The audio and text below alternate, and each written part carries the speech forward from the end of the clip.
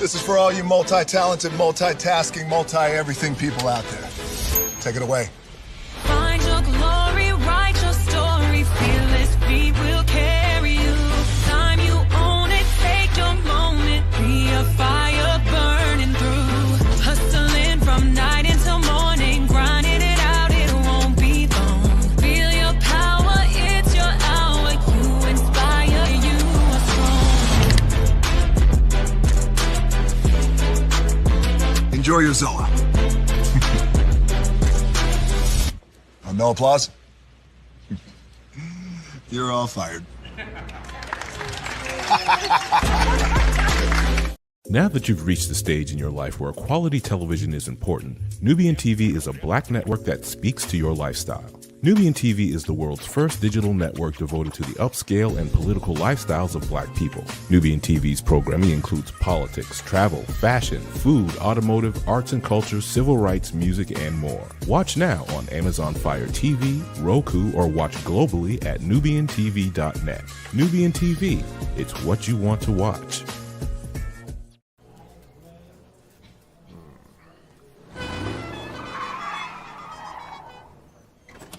Come with me if you want to live a more delicious life.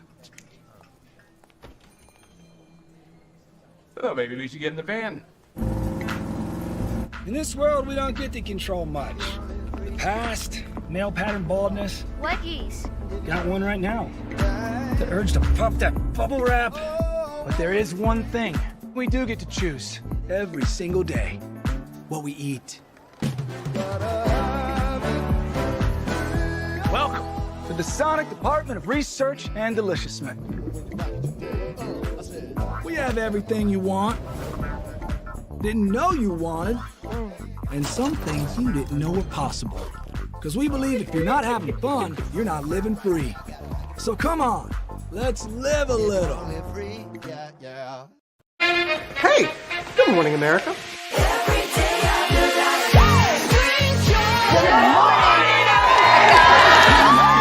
Good morning, America. Good morning, America. Good morning, America. Money! Are you ready? They are ready. Covering the biggest events in the country right now. There's a lot going on here.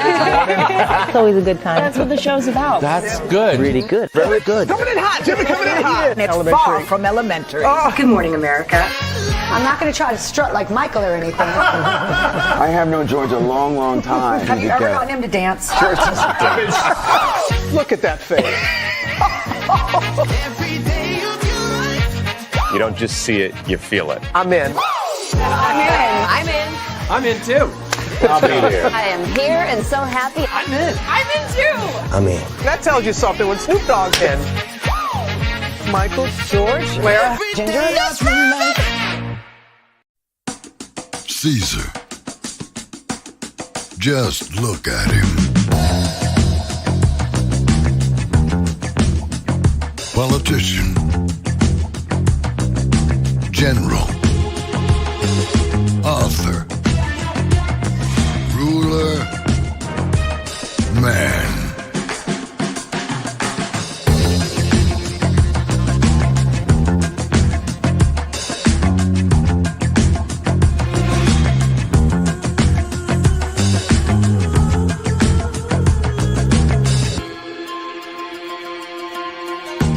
Legend has it, he's not only stared into the belly of the beast, he's had it for dinner. Here he's free to relax, or party, or relax, or party, or relax, and party. His is a world of opulence. Excess, and the occasional impulse buy. Not one to rest on his laurels, he's famous for ushering in a new age of entertainment. So, for anyone seeking a place where the sun never sets on a good time, all this awaits. I am Caesar, and I approve this palace.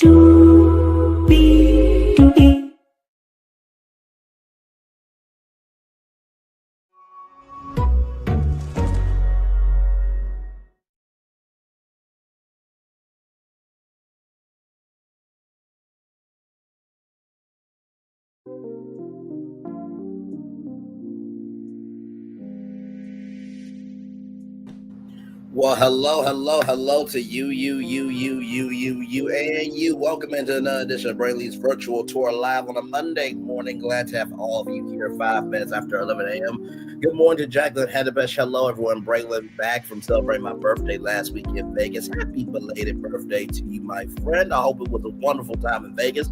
Trying to catch up on YouTube videos. Looked like everyone had fun at Winter Wonderland. And it did look like a good time to see all the content creators out there. It really was something beautiful to see.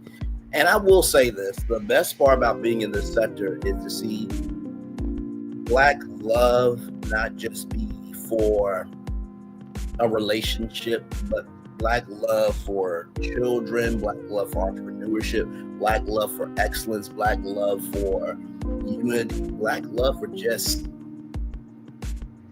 overcoming adversity.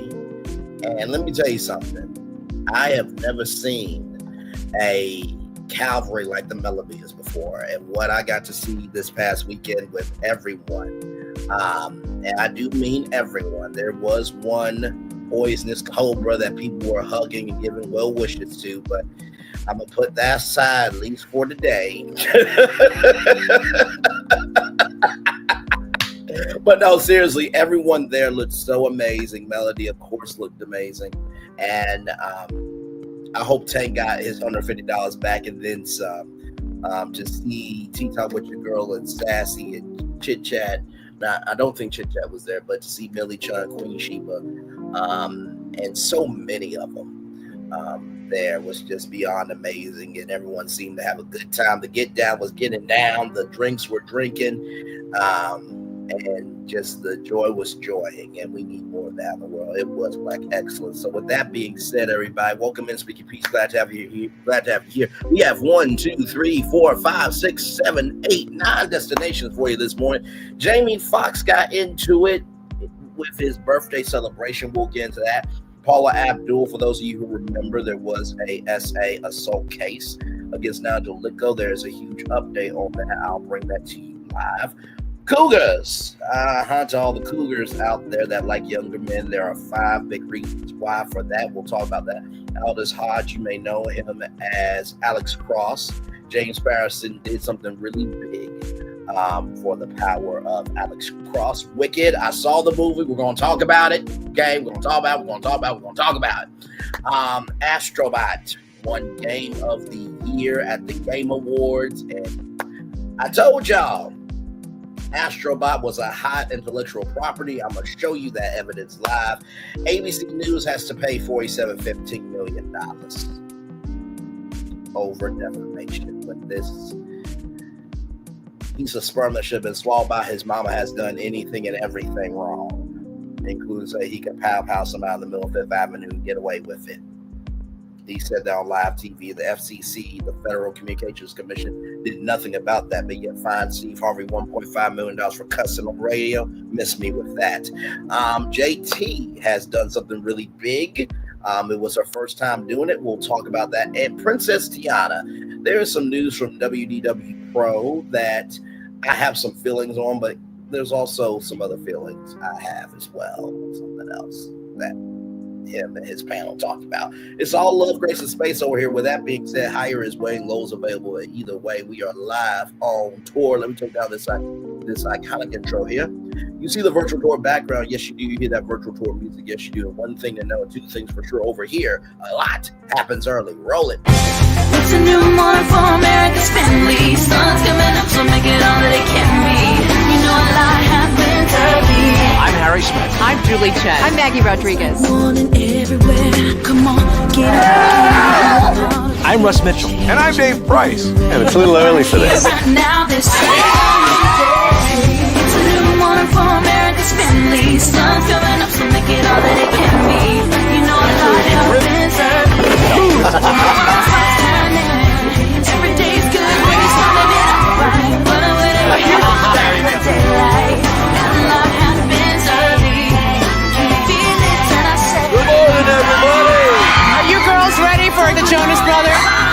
have an early show exclusive. Yes.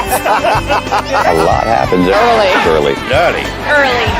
A lot. A lot. A lot happens early. The Early Show, weekday mornings on CBS. It's a new morning. Yes, it is Julie Chen Moonves. It is a new morning to Russ Mitchell, Dave Price, Harry Smith, and Maggie Rodriguez. You are around this channel. A lot happens early. Good morning, everybody, to you. Hopefully all is well. Let's get to the getting, doing what we do. We got 9 destinations for you this morning. Let's get to the getting and doing what we do. I know I said that twice, but I just love the opening of our show here. I'm going to kick it off with rollingout.com. Jamie Foxx says he is too blessed to be stressed after bust up. Award-winning actor remains positive after restaurant incident. Jamie Foxx is feeling too blessed to be stressed after apparent bust up at his birthday dinner, which left him needing stitches. The 57-year-old actor was reportedly hit in the face by a glass which was thrown at him during a meal at the Mr. Chow restaurant in Beverly Hills, California on Friday, December 13th, 2024. He's now said to be recovering after heading to the hospital to treat injuries. Jamie has now seemingly addressed the incident in a post on Instagram. Mr. Chow has been a celebrity hotspot in Beverly Hills for over 45 years. The devil is too busy, but I am too blessed to be stressed. He shared the words, added with the caption, "The devil is a lie. I can't win here. Thank you to everybody that prayed and check on me.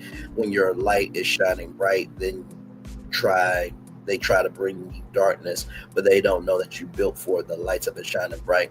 Jamie went on to thank all of his fans for watching his new Netflix special, Jamie Foxx. What had happened was, during which he addressed the mystery illness that left hospitalized last year, revealed that he suffered a brain bleed that led to a stroke. The special has become one of Netflix's most watched comedy specials of 2024.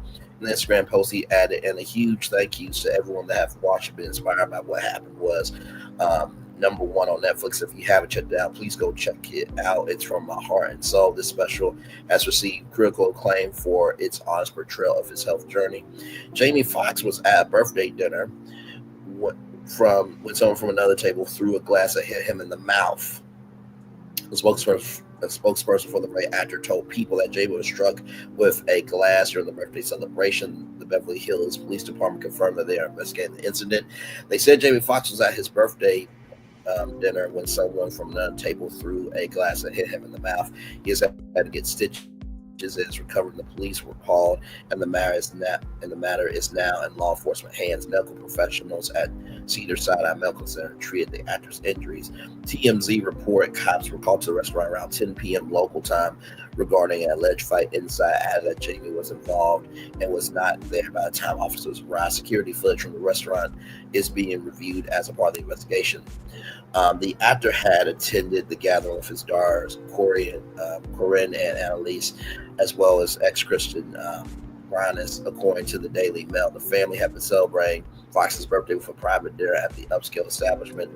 This incident comes during a challenging year for the Oscar-winning actor, who spent several months recovering from a serious medical condition. Despite these setbacks, Foxx is maintaining an active presence in Hollywood with several projects in development. By the way, I missed the Fox Hole on SiriusXM. That was a black comedy channel. It needs to be back on SiriusXM. Moving on. The Beverly Hills Police Department has unleashed an investigation into the incident, with witnesses being interviewed and security footage being reviewed. The restaurant's management has been fully cooperating with law enforcement officials. Sources close to the actor says he is in good spirits despite the incident, focusing on his recovery and upcoming projects. His Netflix special continues to gain viewership, highlighting his resilience and candid approach to sharing his personal struggles with fans. The incident has sparked discussions about celebrity safety in public venues, with several entertainment industry security experts weighing in on the need for enhanced protection measures. Mr. Chow has also announced a review of their security protocols following the incident. Support for Fox is supported from fellow celebrities and fans alike, with many praising his positive attitude in the face of adversity. His daughter Corinne has reportedly been by his side throughout his recovery process, both this incident and his previous health challenges. Well, first of all, thank God Jamie Foxx is okay. But also, number two, what is going on with people not being respectful in public? Jamie Foxx did not have any bodyguards present. Well, that I don't know. There should have been bodyguards present. Not to mention, too, if it was a private event, then don't Beverly Hills restaurants usually have like private rooms? I'm just asking. Not most restaurants. Like if it's McDonald's, you ain't gonna get private. But Mr. Chow and Tao and STK Steakhouse, some upper scale restaurants, they usually have like a private room.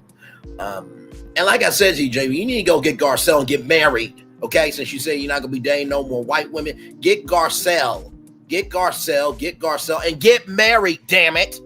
Hell, take her off of Housewives because they disrespected her son. They disrespected her, and no.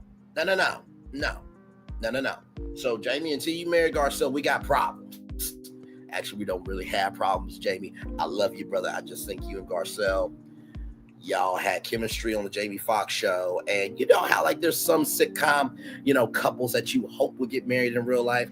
I think that, time and space can do a lot of good. And I just think y'all just need to see what can be. And I'm sure that y'all text each other probably, 3 to 4 times a week, I'm sure. And hey, Divine Virtuous Woman Zero, good to see you, my friend. Good to see you. But yeah, seriously, like people need to be able to behave in public. And the fact that the glass got into his mouth, that could have got to his tongue and throat. He could not have had a voice. Like he just got over this stuff. Like, oh, Jesus Christ. Jamie, we're praying for you, brother. Jesus Christ. Mr. Chow and everybody in LA, do better. Okay? Seriously. Speaking of doing better, from Variety.com, Paula Abdul settles sexual assault lawsuit with American Idol producer Nigel Lithgow. Y'all remember we covered this here on Virtual Tour Live a while back. A year after suing him for SA, Paula Abdul has reached a settlement with American Idol producer Nigel Lithgow. Abdul's attorneys notified the court on Thursday that the case had been resolved. Terms were not disclosed. I'm grateful that this chapter has successfully come to a close. It's something that I can now put behind me. Abdul said in a statement, "This has been a long and hard-fought personal battle. I hope my experience can serve to inspire other women facing similar struggles to overcome their own challenges with dignity and respect so that they too can turn the page to begin a new chapter of their lives." In his own statement, Lithgow says he knows the truth of the allegations and is happy to have the suit over with. "We live in a troubling time where a person is now automatically presumed to be guilty until proven innocent, a process that can take years," he said. That's why, like Paula, I'm glad to put this behind me. I know the truth and that gives me great comfort. Abdul accused Lithgow of roping her in an elevator about 20 years ago when she worked as a judge on American Idol. She also alleged a decade later that she was a judge on when she was a judge on So You Think You Can Dance. Lithgow invited her to his home and forced himself on her when she was sitting on a couch, causing her to flee. Lithgow said he adamantly denied the claims, calling them an appalling smear and alluding to her history of erratic behavior. He stepped down as a judge So You Think You Can Dance in January after a second lawsuit was filed accusing him of sexually assaulting 2 contestants on the short-lived competition show All American Girl. JoJo Siwa replaced him for the 18th season of So You Think You Can Dance. That lawsuit remains pending. A third lawsuit was filed in March, in which a woman identified as Jane Doe accused Lithgow of sexually assaulting her at his home in 2018. Lithgow lost a bid to throw out that lawsuit as appealing that decision. So I'm glad that Paula Abdul is over this. If you guys remember, we covered this on Virtual Tour Live and how it was, I think it was an after party, if I'm not mistaken, that basically Nigel Lithgow, pinned himself to this woman on this grand piano, and it was a lot. It was a lot. For those of you who don't know who Nigel Lithgow is, he was also a producer on Pop Idol and was a producer on American Idol and was a judge on So You Think You Can Dance. And he was known in the entertainment industry in a very, very big way. So yeah, I'm glad that is done with Paula Abdul. Nigel Lithgow, listen. Jesus. We as men have to do better. This is not to simp. This is not to get brownie points. This is not to do anything of that energy. It is saying right is right and wrong is wrong. Hollywood, or as y'all call it sometimes, Hollyweird, is more of a Connect Four game than you think. And just when you think someone has won, there is another piece that makes them win, and you don't even see it. So I give love, grace, and space to the victims. Nigel, just be still. Go away. Don't come back, okay? Because you did what you did, bro. I read the documents live here on Virtual Tour Live. That was hard to make up. Although I will say, I think there was one that had some inaccuracies, I think. But of course, whenever you are telling your story, there might be some discrepancies based on time and space. Speaky Pete says, Jamie needs a good, strong black woman by his side, or ride or die type of sister. I agree. As long as you don't go after Jill Scott, we're good. She's Jill Scott Lee, or Jill Lee, in case y'all did not know. Okay. All right. Good. Hello, Divine Virtuous Woman. Speak your peace from Jacqueline Hadapash. Good morning, Jacqueline Hadapash. Goodness to Divine Virtuous Woman with the emoji and the kiss emoji as well. All right. So speaking of Jill Scott Lee, or Jill Lee, let's talk about this. I saw this article and thought we should have a discussion on it.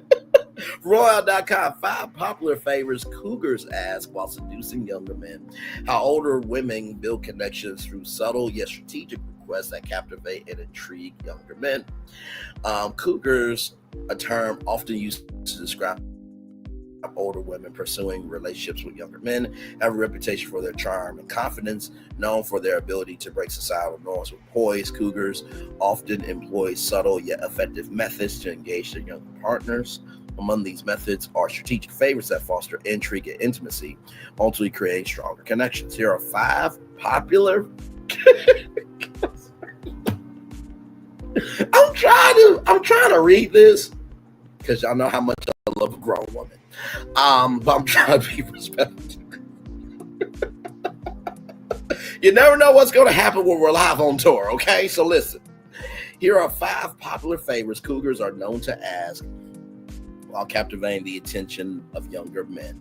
Number 1, can you help me with a tech issue? Older women often see younger men as tech-savvy problem solvers, making this favor a perfect icebreaker, whether it's setting up a new phone, troubleshooting a streaming service, or navigating a social media app. This request creates an opportunity for casual, low-pressure interaction. The appeal lies in the simplicity of the situation. By asking for help, she's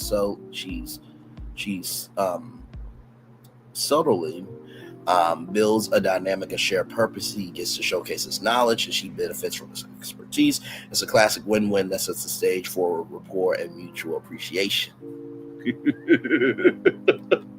Hey, can you help me set up this Max streaming service? So you just want to take it to the max, huh? That's what you want to do. Okay, all right. Listen, I'm a whole streaming service my damn self. I can stream just about anything. I'm joking.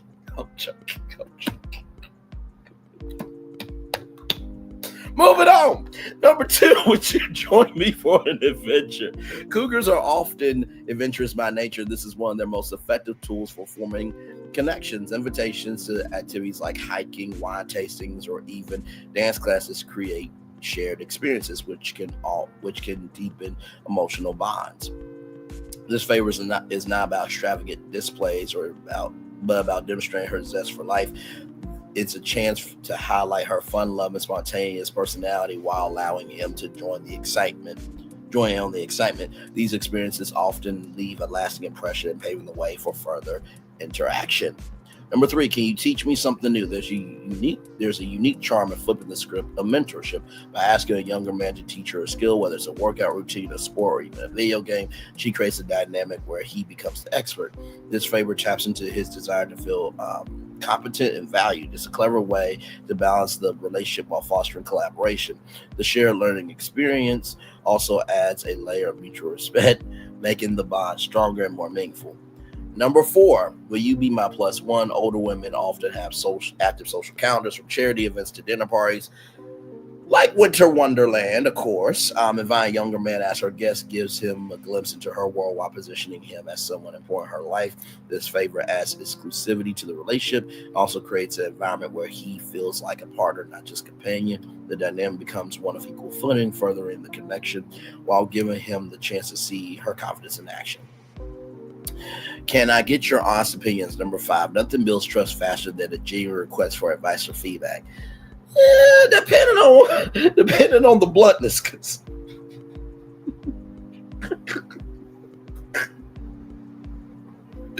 Do you want me to tell you what you want to hear, or do you want me to tell you what you need to hear? We might not talk for a while.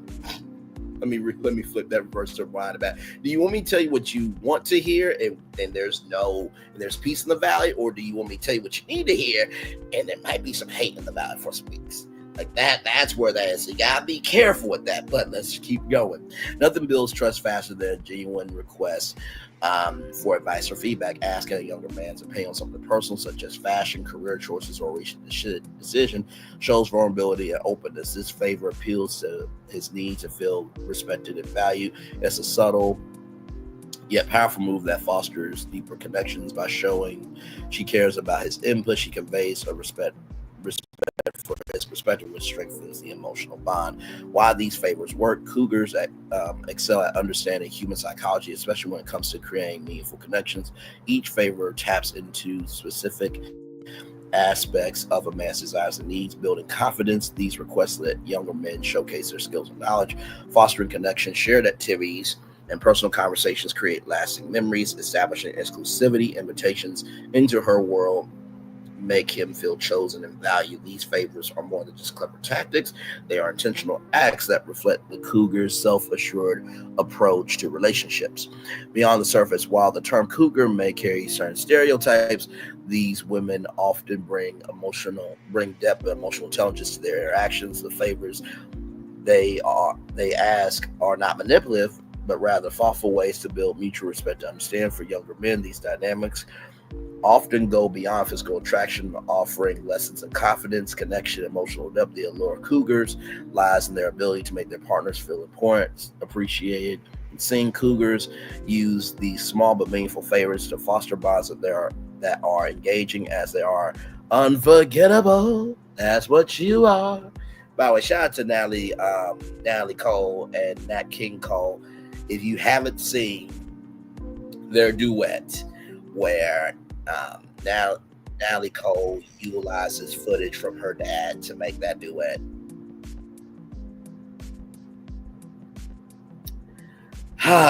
Watch the Natalie Cole story. She deserved to live. She went through a lot of shit. That she was an angel. And once you hear that duet, you will never listen to Unforgettable the same way again. It's a testament to the power of self-assurance and the timeless appeal of authentic connection. This story was created using artificial intelligence technology. So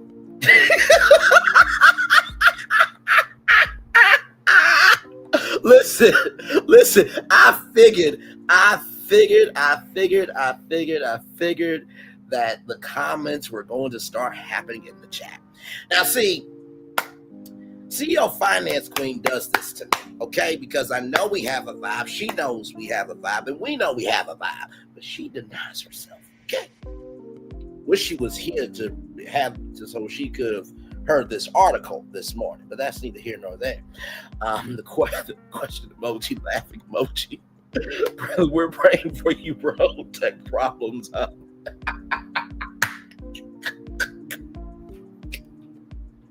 Can you help me plug in this HDMI cable?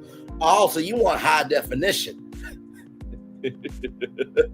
Child, I'll make you get up so high that I'll give you some definition.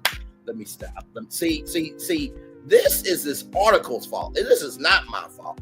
I am just reading it and giving my commentary. Since I have so many nephews, ain't nothing I want from these younger men. Sorry. What the laughing emojis? Oh my God. Okay. Agreed 100%. Speak your piece. Age appropriate is better for sure. Braylon, tell the truth. Divine, I'm not raising a boy into a man just for the next 3 benefits after I've grown tired of playing teacher. You know what? That's a very true statement. And of course, as you guys know, tonight is Queen's Court episode 9 after show. We're almost done, y'all. We're almost done. I know. I don't like it either. But on Queen's Court, K. Michelle, Lisa Ray McCoy, and Delicious, but really her name is London, they feel the exact same way that Divine is feeling, that, you know, I can't raise a man. Either you are one or you're not. And, you know, listen, Melody's 39, right? She's about to turn 40, but she really 30, though. My parents, they have an age gap. And here's the thing. Young or old, you can be smart or kind. Young or old, you can be dumb and an asshole. And I truly do think it's about the connection that you invest, that you nurture, and that you make room for. Because here's my thing on it, right? At the beginning, middle, end of the day, and I've said this before, if you are trying to talk to a cougar or a grown woman, relate to her where you can, right? How did I say it? Do not pretend to relate to everything she's been through, because you're disrespecting her life, you're disrespecting your life, and you're disrespecting the space of what can be, right? So relate to her where you can, and wherever you can't relate to, right, then that is your responsibility to listen to those stories and utilize those as tools in your relationship. So where's the line, you funny? AI, no wonder. Hey, we're not gonna blame this on AI, okay? We're not gonna blame this on AI. Okay? Because listen, even though it was artificial intelligence, everything in that article was true. Okay? We love CEO Finance Queen, and we do. She just needs to be more in touch with her emotions.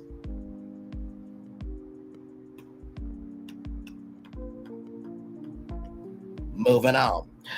But seriously, love you, the CEO Finance Queen. Don't at me too much, all right? Laughing emojis there. Agreed, 100%, Brad. If it's real, then blessings to them for sure. Absolutely. And that's the thing, that it depends on where you are in life. Now, there are some 40-year-olds and 50-year-olds that they don't mind, you know, dating, you know, 30-year-old, 40-year-old, right? But in the same token, I don't blame women who also want a man for their age, because you've lived your life, you've settled into your life, she settled into her life. There are some people that, guess what, they just want to get up and go. And so if you're dating a 30-year-old, right, and they may not have kids, guess what, 10 times out of 10, that grown woman doesn't want to have any more kids. And I've heard this from grown women that have said, you know, to me, and have also said to other younger men, I don't want to lock you out or block you out or negate your opportunity to have your own kids. And I think that's a real thing that people need to, you know, weigh in their decision making. So I thought it was a great article. Thought I wanted to talk to you guys about it. So, Brandon, you sure that wasn't created by EM, the weird creepy detective? You know what? I'm not doing this with you. I am not doing this with you. I'm not doing this with you. Jesus Christ. See why we can't have nice things, guys. You see why? You see, I try to bring an article, a destination to be unified, right? And this is what we get. Oh, my Lord Jesus. More Virtual Tour Live coming at you right from the space right here and right now. Like I said, after this, we're going to take a commercial break, because when we come back, I'm going to have to put time, energy, and commitment into Wicked. Yes. Okay? We're going to talk about Wicked. There's so much to talk about. We're going to get to that. Here we go with... Yes, I don't want to do it, baby mama drama. Now I'm almost done raising my teenager. I don't want to go back there if I don't have to. It is the authenticity in the conversations for me, for sure. All right, y'all. So check this out right here. From Rollout.com, Aldis Hodge praises James Patterson for refusing to whitewash Cross character. The author rejected a 7-figure offer to keep Alex Cross black. In a powerful statement that resonates deeply within the black community, Aldis Hodge, the star of the new series Cross, has expressed his admiration for author James Patterson's recent decision to reject a lucrative offer that would have altered the racial identity of the iconic character Alex Cross. This decision not only underscores the importance of representation in media, but also highlights the ongoing conversation about race, identity, and storytelling. We will get to that towards our Princess Tiana destination because there's a lot to talk about. James Patterson's groundbreaking decision. A recent interview with BuzzFeed, Hodge revealed his surprise and pride upon learning Patterson turned down a 7-figure deal to make Alex Cross a white character. This offer was made while Patterson was seeking publishers for the first book in the series, but he stood firm in his commitment to maintain Cross's black identity. Hodge said, "I was shocked, impressed, and proud of that," emphasizing the significance of Patterson's choice on a landscape where such decisions are often influenced by commercial interests rather than cultural authenticity. By rejecting the offer, Patterson has not only preserved the character's heritage, but also has set a precedent for other creators in the industry. The importance of representation. For Hodge, stepping into the role of Alex Cross is more than just a career milestone, it's a privilege and responsibility. He recognizes the importance of accurately representing black culture on the screen, particularly at a time when diverse narratives are increasingly sought after in Hollywood. Hodge's portrayal of Cross aims to bring depth and authenticity to the character, resonating with audiences who see themselves reflected in his journey. Success of the series. The first season of Cross premiered on November 14th, 2024, has already made waves in the streaming world, with all 8 episodes available for viewing. The series garnered an impressive 40 billion viewers within its first 20 days, making it Prime Video's 3rd biggest season premiere in 2024. Congratulations on that. That's what's up. This success not only highlights the demand for diverse stories, but also reinforces the idea that audiences are eager for authentic representation. Impact on the industry. Patterson's decision and Hodge's portrayal of Alex Cross serves as a reminder of the power of storytelling shaping cultural narratives as the entertainment industry continues to evolve. The need for diverse voices and perspectives becomes increasingly critical. Hodge's role in Cross exemplifies how representation can inspire and empower audiences, particularly within the black community. As we celebrate Hodge's portrayal of Alex Cross, and Patterson's commitment to authenticity, is essential to recognize the broader implications of their choices. The rejection of a 7-figure deal is not just a personal victory for Patterson, it's a statement about the importance of preserving cultural identity in storytelling. As viewers, we must continue to support projects that prioritize representation and authenticity, cultural appreciation, not appropriation, ensuring that I added that part. That's not the article. I added that. Ensuring that diverse narratives are not only told but celebrated. In a world where media can influence perceptions and shape identities, the decisions made by creators like Patterson and performers like Hodge are crucial. They pave the way for future generations to see themselves in the stories that are told, fostering a sense of pride and belonging in the narratives that define it. So first of all, shout out to James Patterson for doing that. So not only does James Patterson stand on business for storytelling and for standing up for us, but he also created the lyrics to the Toys R Us themes, to the Toys R Us jingle. I don't want to grow up, buy my Toys R Us. Yes, James Patterson wrote the lyrics to that jingle. This is so amazing because, growing up, you really do hear whitewashing. You do hear gentrification. You do hear so many things about how things get shifted and moved and pushed around of our culture. And so to have someone stand 10 toes down, and by the way, this was when he got started in his career. No matter how much it could have been good for him financially, he said socially and mentally in every other realm of humanity, I'm going to stand for something. That's incredible. And that deserves to be celebrated. And I'm so glad that got 40 million viewers. I've heard nothing but good things about the series. And also, too, the 3rd biggest premiere in 2024 on Amazon Prime. So congratulations to Aldis Hodge, and also shout out to James Patterson for coming through as well. All right, y'all, we come back. We have Wicked. We're going to talk about Wicked. I saw it this weekend. Ooh, it was good. It was good. It was good. It was good. It was good. And I'm going to explain something in my description box, okay? Okay. Then we got Astro Bot. Remember the video game that I told y'all about? We covered this a while back. It has won Video Game of the Year. And I'm going to showcase to y'all that I was on it before the Game Awards was on it. ABC News has to pay $50 million for defaming 47, although there is evidence that is upon the contrary. We'll talk about that. JT did something really big for the first time. And then Princess Tiana. We'll talk about Princess Tiana. Also, The Little Mermaid, because WDW Pro has an opinion that he has the right to.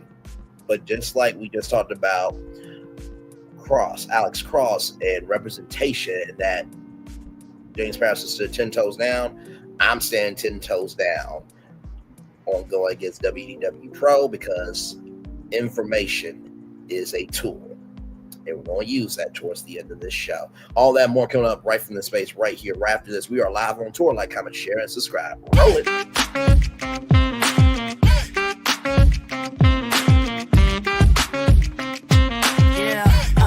Yeah, we hustle all day. Yeah, we're working, let me play. You know me. Work real hard, now we're ready, let's play. Hustle up, yeah. Ready, set, let's go, yeah. Hustle up, yeah. Ready, set, let's go. Turn it up, turn it up, turn it up, turn it up a little louder. Now get low, get low, come on, drop it to the floor, yeah, drop it to the floor. Turn it up, turn it up, turn it up, turn it up a little louder. Now get low, come on, drop it to the floor, yeah, drop it to the floor. Turn it up, turn it up, turn it up, turn it up a little louder. Now get low, come on, drop it to the floor, yeah, drop it to the floor. Turn it up, turn it up, turn it up, turn it up a little louder. Now get low, come on, drop it to the floor, yeah, drop it to the floor. Turn it up, turn it up, turn it up, turn it up a little louder. For Ramirez? Wingstop's triple meal deal. 6 classics, 6 boneless, and 2 tenders with 2 dips and a large fry for just $17.99. Get yours delivered today at Wingstop, where flavor gets its wings. Welcome to Copeland's. Copeland's is not just some fancy place for your big night out. In fact, there's no occasion too big. Or if you like, too small. Copeland's. There's always something good.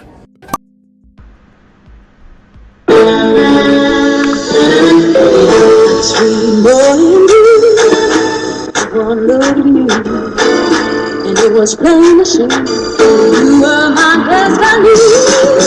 God, you were found. I come from nothing.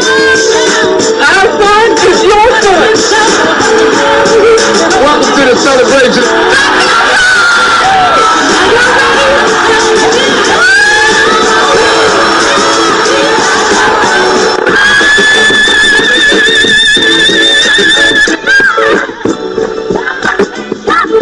We all we got.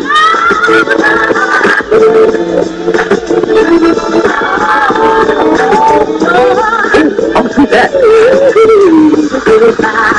Don't you leave here to go for happiness. I want you to leave here to show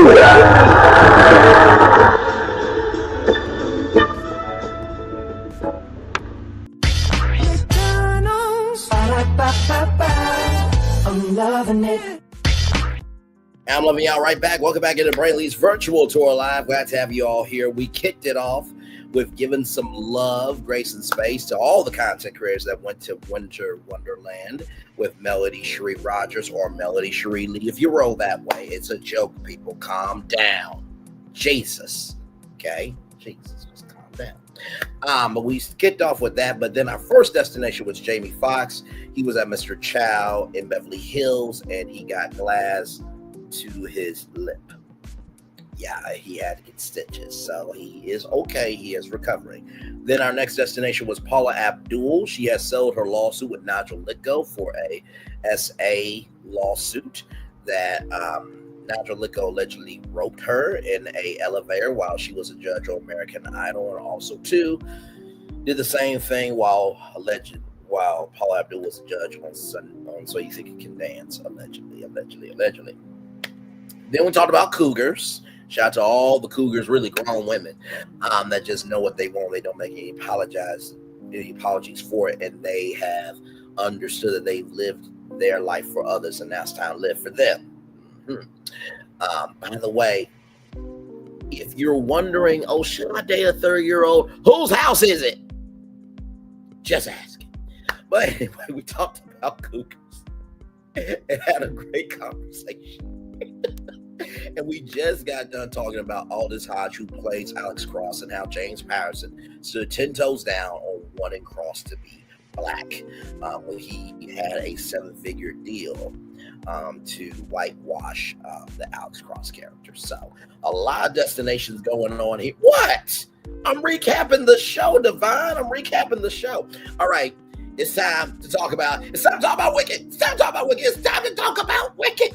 Y'all, this was absolutely amazing in every way. First of all, Cynthia Erivo, well done. If I was your husband, we would be cosplaying the bedroom, you being the witch, and us flying high and defying gravity. I said it. Okay? Jesus. Now, I said I was going to describe something in my thumbnail. Okay? This is a complete joke. Okay? I just want y'all to see this is a complete joke. I said I want all my BBWs to have green skin. Uppity, Nzinga Imani, Jill Scott, Candace Glover, and CEO Finance Queen. Get on your assignment. JK. Jesus, I am messing with you all. And I really am messing with y'all. Okay, so I just wanted to say that. So if you saw your name in the description box, I'm completely joking. Okay? Just wanted to say that. Jesus. Cynthia. Good, get it. Okay, so like I said, the world building was amazing. That, Glenda, she comes in, to that iconic scene of the house, falling on, the Wicked Witch of the East. Now, the Wicked Witch of the East is the Wicked Witch of the West's sister, right? Ding dong, the witch is dead. And people are saying, this, that, and the third about the witch. But one person asked, weren't you her friend? And Glenda says it was a long time ago. And so then you get this story about Shiz University. And it was basically almost like a Hogwarts for those of you who know about Harry Potter, or WizTech for Wizards of the Waverly Place. It was almost like that. And not to mention too, child, that Elphaba Throp's mom, she was a for sure. Listen. I just wanted to say that because listen, after seeing that green skin, I'm like, all right, I need every BBW in green skin. Damn it, hell, and I need to be defying gravity. Well, Jesus, be offense.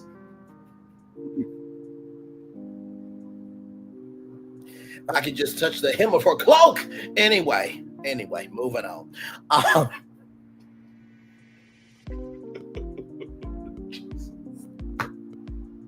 I know for all the Christians in the back was like, did you just really use the woman with the issue of blood by saying if you touch the hem of her cloak? Did you really just go there?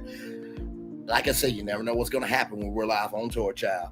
But no, seriously, her mom, Elphaba Throp's mom, was a philanderer, and I thought about this, but it turns out to be true later on. I won't give it away, but there is a lot that happens in this movie, and the crux of part one is, are people born wicked, or is wickedness thrusted upon them? And I have to tell you, after seeing the movie, I'm on the Wicked Witch of the East, on the Wicked Witch of the West Side. I am. She's not an evil person. She has a good heart. She tries her best to do the right thing, and she is just trying to make it like everybody else. It has a lot of symbolism. It has a lot of powerful lessons for not just kids, but for adults. But I think most of all, it goes to show you that, you know, sometimes in life, you become wicked by being your own person. And that's why I think about Wicked. It is really an amazing film. I like musicals. I don't love them, obviously. I'm not like a Broadway nerd. I don't have every playbill. You know what I mean? Shout out to the playbill community, and shout out to Broadway. When Broadway shut down, you know, during COVID, that was horrible for that industry because they make their money based on these shows. And so when Broadway finally opened back up, I screamed, shouted, and let it all out, because you think this is hard, of doing your own YouTube show? No. Imagine doing rehearsals for months and months and months, and you have to remember your scene and your line and, you know, where you have to stand night after night. And some shows, they run for like 100 shows, 20 shows. So Broadway, being on Broadway is real work. And shout out to all the Broadway kids out there. And if anybody feels like that you are LGBTQIA plus, weird, touched, if you will, guess what? There's a lot of Broadway stars making a whole lot of money. And guess what? Eventually, you know what the gag is? Those bullies never become anything of importance anyway, and they come to see you.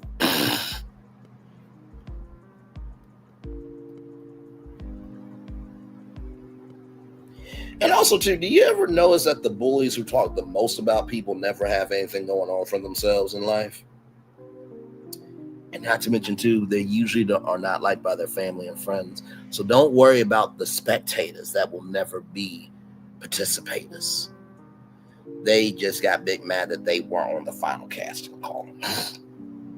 Okay, so, and they are doing it, absolutely. Like the brother from Aladdin, the genie, Mr. Aladdin said, 2 or 3, and you own the job. You ain't never made Bob. You ain't never had a friend like me, yeah. By the way, shout out to the Roseland Ballroom that closed down, unfortunately. They did a Lady Gaga concert, I think, on The Late Show with David Letterman as well. I know the Book of Mormon is a huge one. Alicia Keys' play as well. Trying to think. There's so many of them. And shout out to, Raising the Sun, of course. How must we forget that? And shout out to all the Black plays. Shout out to, there's this theater in Akron called Karamu, I think, or something like that. But it's like a Black theater. And shout out to all the Black theaters around the country and around the world. And shout out to the Broadway community of the world. And I say the world because guess what? It impacts the world. There are plays happening all around the world. So, and honestly, tell you the truth, plays were the thing before television. Radio was the first digital device, but before radio, it was plays. And for those of you who remember radio way back in the day, there was actually game shows were actually on radio. There were plays and sitcoms and dramas on radio. So plays have always been here. They deserve to be respected. So that is what I have to say about Wicked. Go watch it. I promise you, you are going to love it. I'm not just saying that because there is a beautiful green woman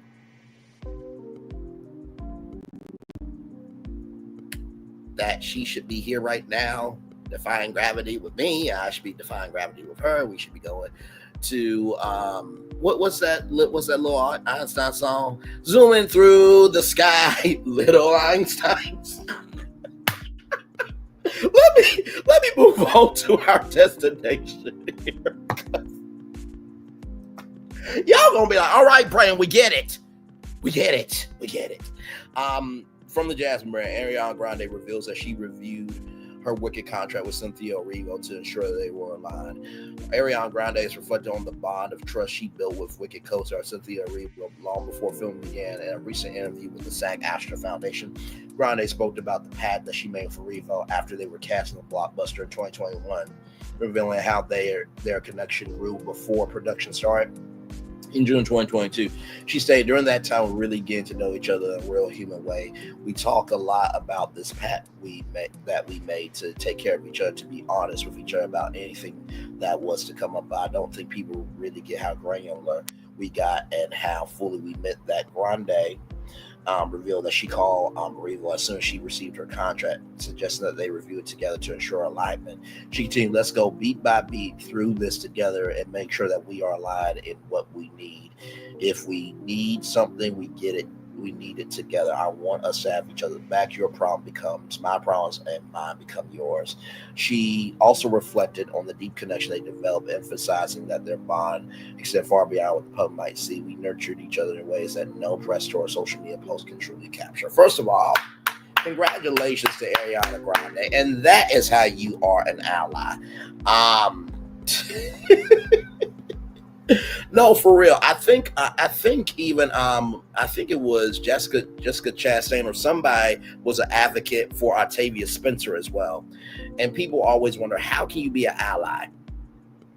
Don't assume that you know everything about our culture. Number 2, listen. But number 3, show up in unity for the soul of that person, not for the image of how it would look good for you.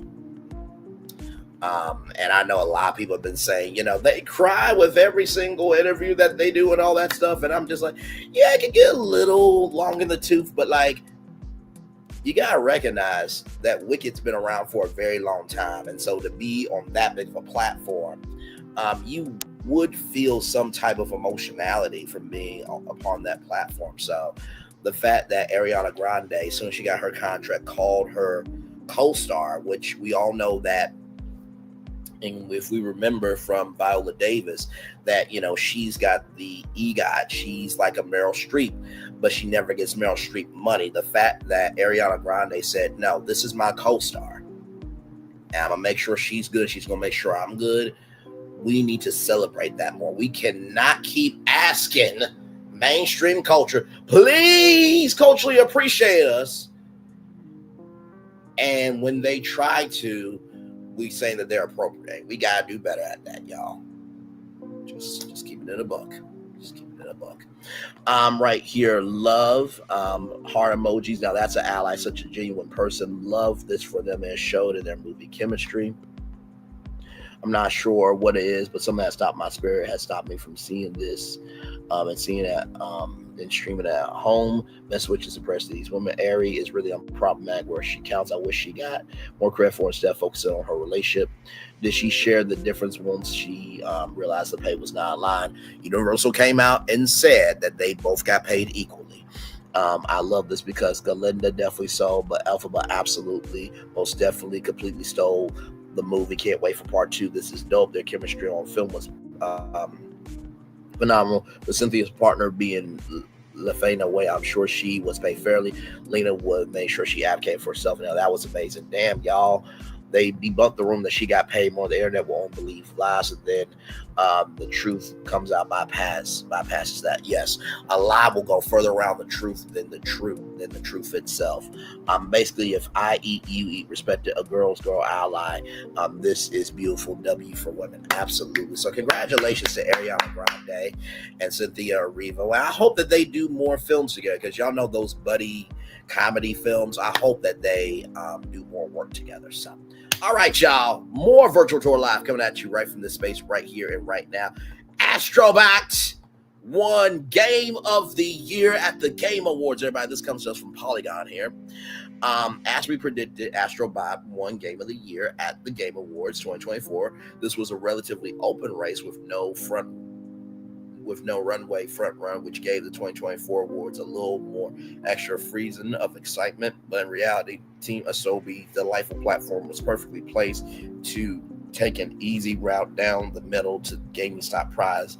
Astro Bot took home 4 awards. It also won Best Game Direction, Best Action Adventure Game, Best Family Game, making it the biggest winner of the night. Well, some award watchers will be disappointed. Chinese action game, Black Myth, Wukong, and indie card game Borrow in particular have vocal supports. It's a win that few will have deep objections to, and that's precisely why it prevailed. Impeccably polished, incredibly joyful, 100% uncontroversial. Astrobot was the one 2024 game everyone could agree on. That's not to say that this one has no element of surprise at all. Games nominated in the family category rarely win Game of the Year.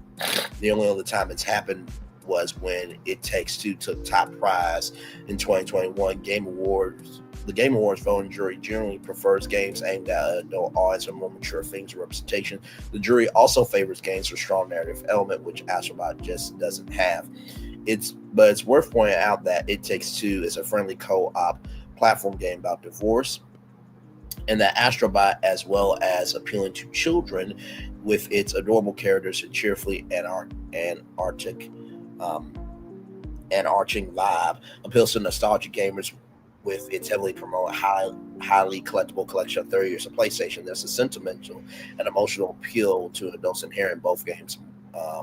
So more than, say, Super Mario Brothers Wonder, and this might have helped Astrobot strike a deeper chord in the voting jury's hearts. All the same, it's cheering to see such high acclaim for a title that aims to be inclusive to some of gaming's most overlooked and underserved constituents, children. All those deep cut references to obscure 1990s Japanese only releases might get fanboys in the fields, but there are no obstacles for an instant face value enjoyment of a video game that's relentlessly creative and extremely fun to play. Just ask my 8-year-old who rolled credits on Astrobot 3 times already. In all other ways, Astrobot is a classic Game of the Year winner. It is technically a dazzling console game with high production values. It got great reviews and built up a formidable level of critical consensus. It has an approachable, non-specific universality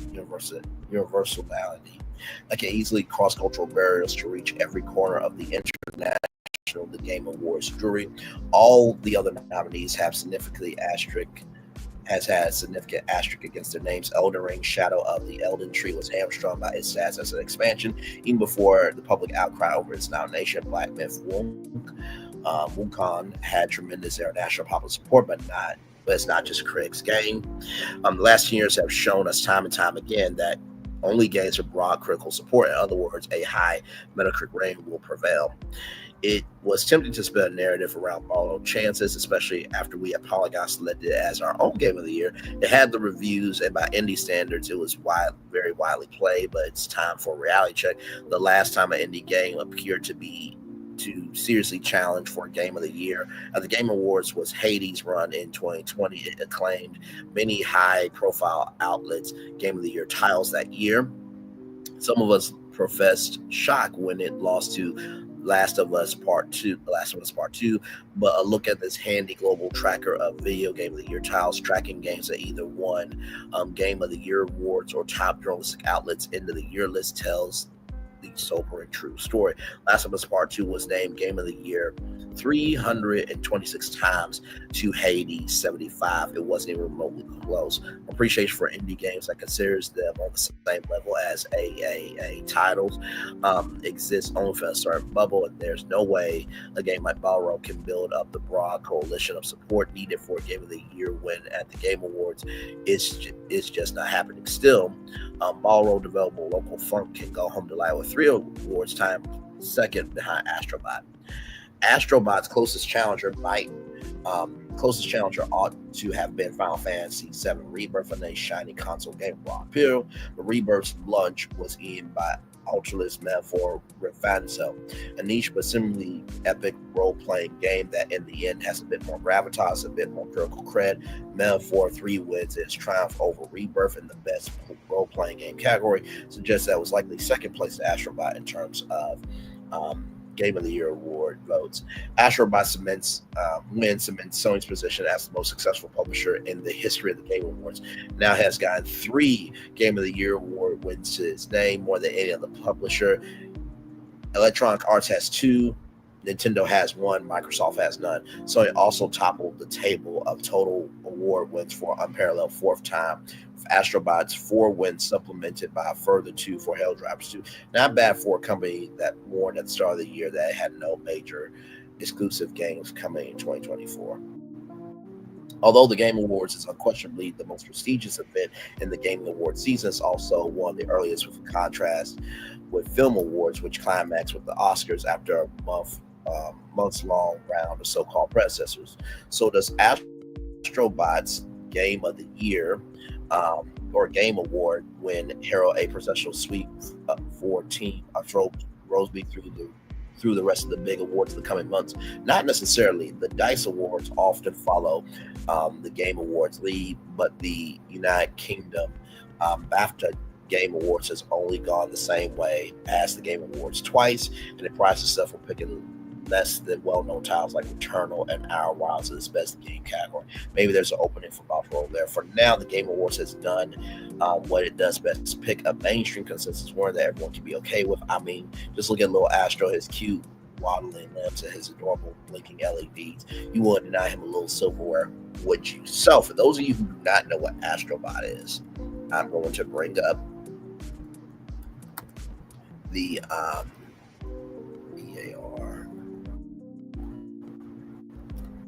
I'm going to actually bring up the trailer. Let's see here. And we covered this on Virtual Tour Live. Like, yeah! And then I'm going to show y'all how, once again, I was on it when it comes to Astro Bot.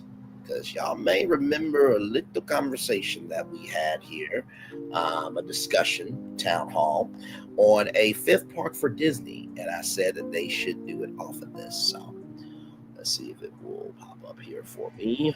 Let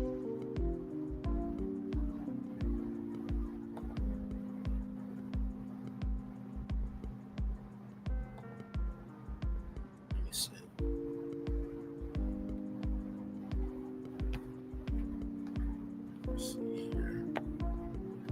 Astro Bot trailer. There we go.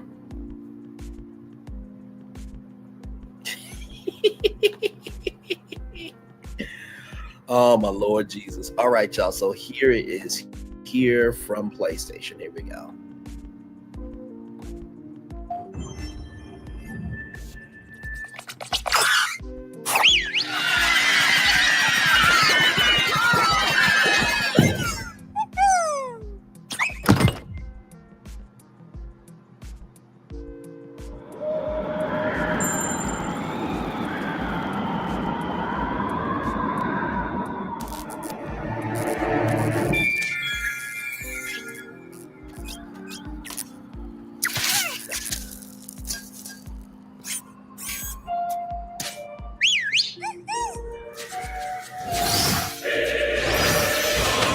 There's a PlayStation controller at the vehicle. Yes.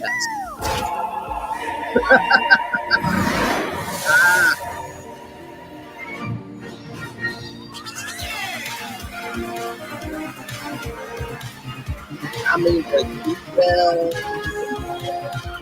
gorgeous.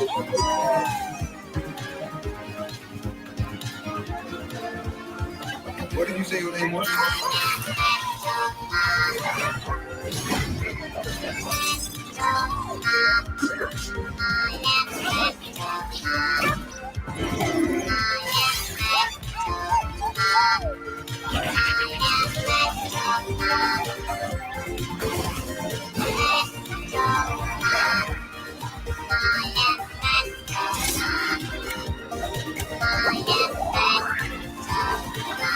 Yeah.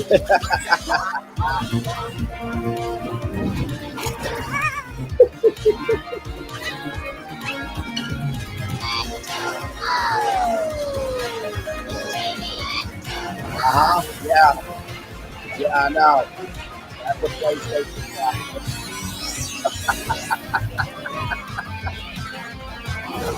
That's a weapon of the day. The bosses that come through here.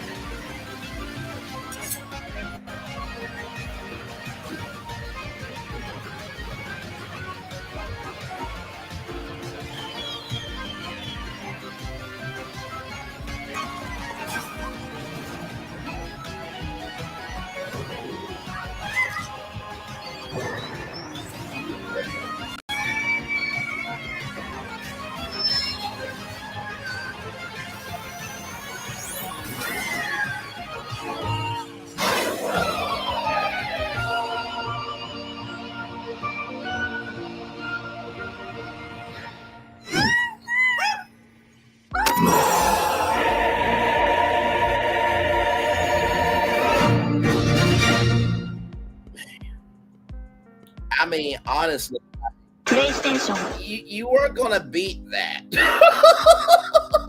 Sorry to all the other video games, but you were not going to beat that. Let's see here. Divine Virtuous Woman 0 says, I refuse to play Luigi in the Mario game. He's sus. Don't save her. Don't save her. You can't turn a princess into a housewife. You can't turn a cheating princess into a housewife. If y'all don't know about Save Me Mario, child, you gotta go watch it. You gotta go watch it. Oh my God, I'm switching ASAP not to change the game. But I want to show you guys because we had a conversation on Disney's 5th park, and I want to show you just a little something here. Here we go. On Disney World, okay? So that's the first picture I have for you, okay? That's the first picture I have for you.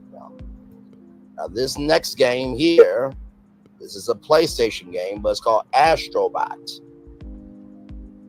Now, do not worry, I do have a Disney tie to this one, okay? But Astro Bot here, per the PlayStation's description, this brand new game, you'll explore 6 galaxies over 80 levels in search of asteroids scattered through. Hold on tight to your dual speeder and dive down to each unique planet, from luscious forests, sandy beaches, hot volcanoes, and to more surprising locations such as a giant hourglass or the canopy of a singing tree. The character Astro Bot first appeared in the 2018 PlayStation game Astro Bot Rescue Mission. He returned in Astro Playroom, a free technical game used to showcase the PlayStation 5's capabilities at launch in 2020. Now, I know what you guys are thinking. Well, Bray, okay, I see Epic Mickey. Why Astro Bot? Well, one thing to know and 2 things for sure. Disney World is not a thrill park. Universal is more of the adult theme park. Disney World is more of the kids and the nostalgia, right? Mm-hmm. So, I know what you're probably thinking with Wasteland. They probably could do some thrill rides in here, right? Yeah. But also, too, this is probably one of the biggest reasons why I say that maybe, just maybe, that Disney and PlayStation and this game could be the 5th park.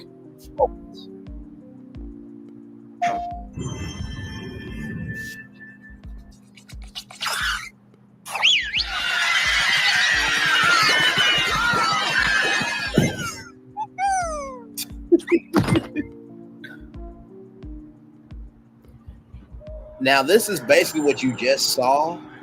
But I want you to watch my pitch, because I pitched this. My thoughts, I can't with you. Mickey is black. See how fast he ran? I cannot. I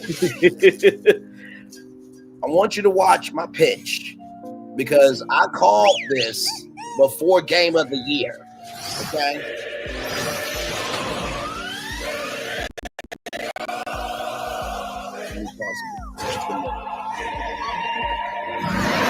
Now, the reason why I said all this, right, was because when you think about Mario, right, when you think about Sonic, when you think about Ratchet and Clank, Banjo-Kazooie, Donkey Kong, you think of Sly Cooper, these are platformer games, right? And the world building is very unique to each one. But what Astro Bot did was basically take what Wally tried to do, and I think he did a very nice job with the Axiom, but it also showed that, guess what, these little robots have their own world. And what does the world of technology look like to, you know, technology itself, right? Because you think about Transformers, right? And, you know, Bumblebee, Optimus Prime, and Megatron. So the reason why I love Astro Bot is, for one, the versatility of, you know, 80 worlds and the things you can do in those worlds, and that each world is not the same as itself, but there's this unity and there's this thread of imagination and wonder and delight. And it seems to be a game that anyone can play. And like I said, you're going up against Mario. You can't beat Mario. But this game here, it needs to have a Disney movie and needs to have, well, y'all about to see the picture in a minute, but like Divine Virtuous Woman said, I called it. Wait, where? Hang on. Where? Right there. Okay, yep. I called it. And I told y'all how good this game was going to be. So y'all about to see the pitch here in just a minute right after this.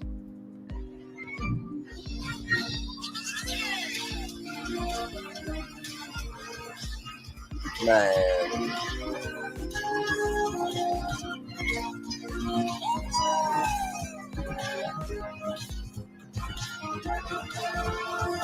What did you say your name was?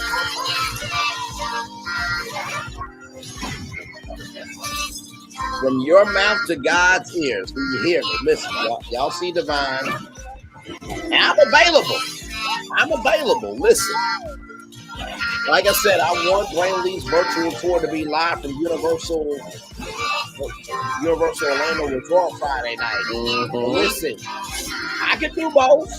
I can give Disney an amazing fifth park and still get a check from NBC Universal. That's what we call diversification.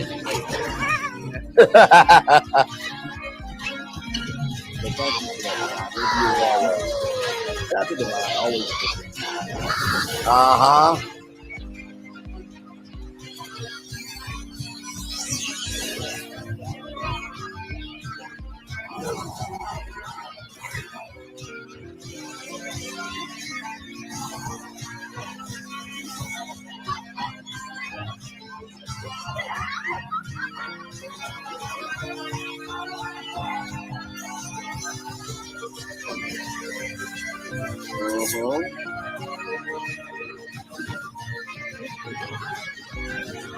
And by the way, shout out to PlayStation for allowing me to play this.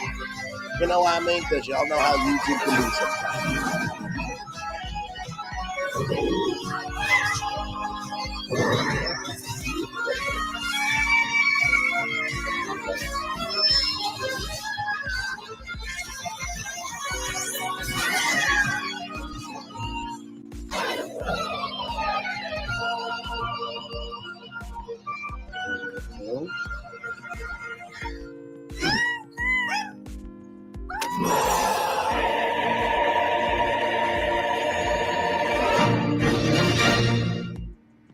Now, if you ain't excited about video game after that, I don't know what to tell you. Now, you're probably thinking, Braylon, that is an amazing game. I know. But how does this tie into Disney? Well, I'm glad you asked. Does anybody remember a movie called WALL-E? Boom.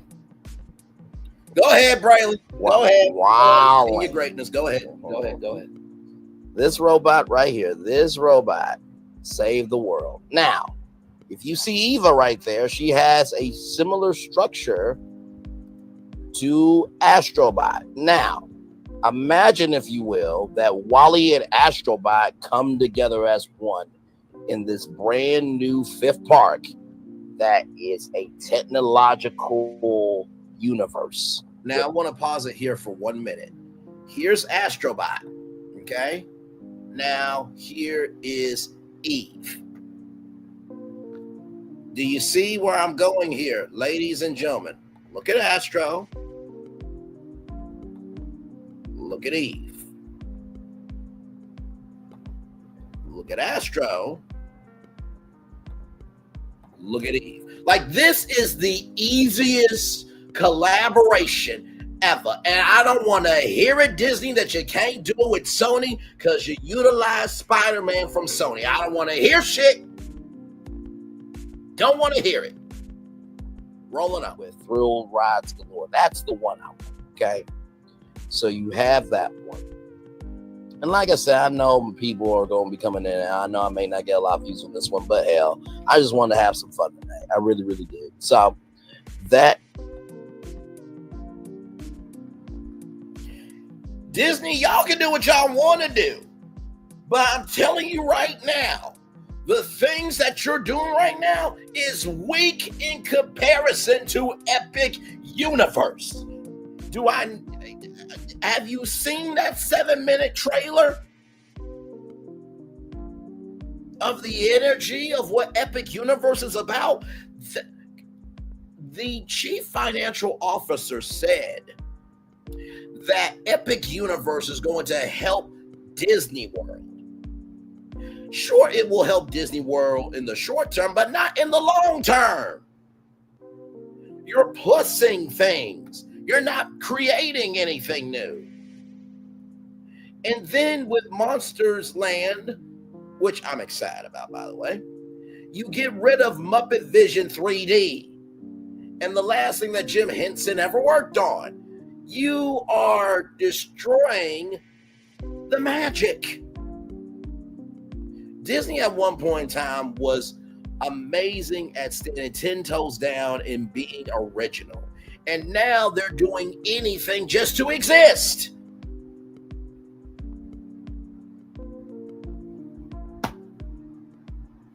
Like,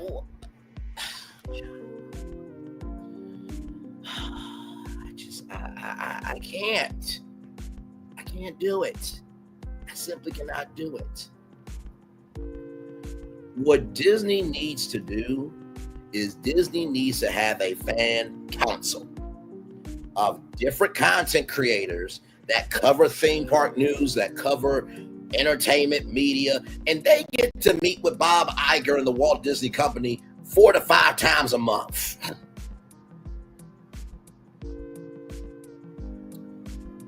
You also need to put things to a vote. Now, see, that's one thing that Universal has not done, but also it's not like they need to do it because Universal has always been about balancing out the fact that while we embrace everybody, we also need to recognize that adults grow up, and y'all don't do that.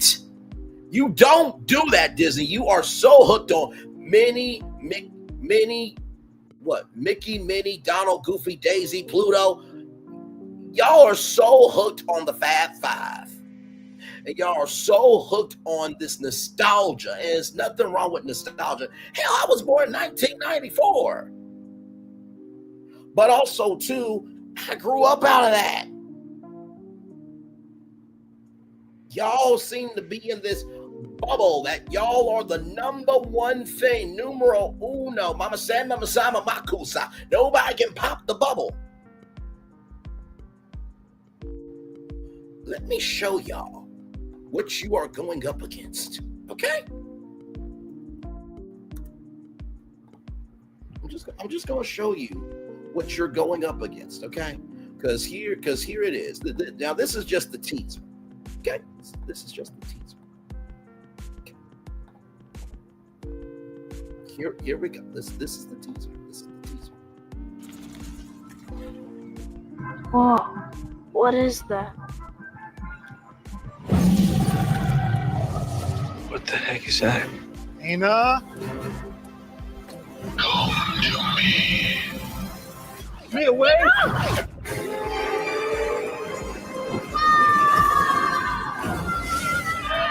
5 immersive worlds.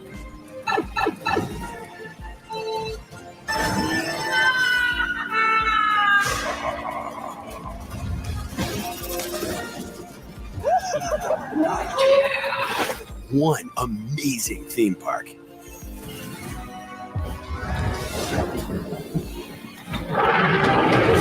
Our universe will never be the same. Yeah? Oh, you gotta see this. Epic Universe, only at Universal Orlando Resort. Now let's go through this commercial one more damn time, okay? You got these 4 kids, right? Pulling up in the middle of the forest, and there is a portal to Nintendo. Now, you think about portals, right? And you think about this green pipe here. This is story building, ladies and gentlemen. Now, why would a portal pop out in the middle of a forest? I don't know. Maybe because mushrooms grow in the forest. Mushroom Kingdom. Okay? So that's the first thing, right? So what is that? So then you have this portal in somebody's backyard. They probably were role-playing and cosplaying, as Vikings. I'ma drop a portal so they can actually go be that. Then you have somebody that, as you can see here, they're trying to reach everybody. This is a mom that recognizes that there's more to her than meets the eye, and that she is always wanting to know what is beyond what is just there, right? So you see how this concerned dad said, Nina, this concerned, person said to his wife, Nina, in a worried voice, and just passes the bowl off like, I got this. And then in the midst of this coffee shop, right? In the midst of this coffee shop, drive-through. If y'all remember the 1950 drive-in movie theaters, right? And how, 1950s, horror was a thing. You see how I linked all that? And all this is happening in 1 minute. That is going to be one of the roller coasters there at Epic Universe. And then this is a water attraction. And that's going to be a Viking show. 5 immersive worlds. You see, that's Bowser's challenge. That's Mario Motors. That's going to be a shop there. And that's Toadstool Cafe. That's going to be the dining option there. And that's going to be Yoshi's Adventure, where you'll be able to, pick out 3 Easter eggs there. That is Minecart Madness, which is going to be in Donkey Kong Country, where it's going to look like you're flying over this pit. And then this is Dark Universe. That is Frankenstein's Castle. Oh, and by the way, this thing here, that's a flaming windmill from a horror movie. They actually are going to be having that in the park. And that is going to be Monsters Unleashed. And you see Dracula in all his bloody glory. One amazing park. And then this is the Flume, where in the world of Harry Potter, you go through this green flame. You will actually get to do that. And there is the trial of Dumbridge, and how Dumbridge is trying to escape. And if you see here, this elevator is like a technology that they've never done before. And what I love about this is what the announcer says: our worlds will never be the same in this Celestial Park. That's the gateway to go to every portal. But Celestial Park is also its own park. It wasn't created off of another intellectual property. They actually use their own creativity. And I want you to hear the authenticity in the announcer's voice. One amazing theme park.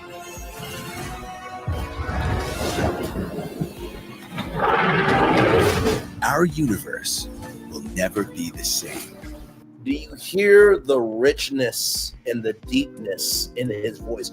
Our universe will never be the same. Now, you've heard that statement before, but the words that he has said of our universe will never be the same is backed up with 5 different parks and the visualizations of how those parks are going to come to be. Like, Disney, I need you to get woke.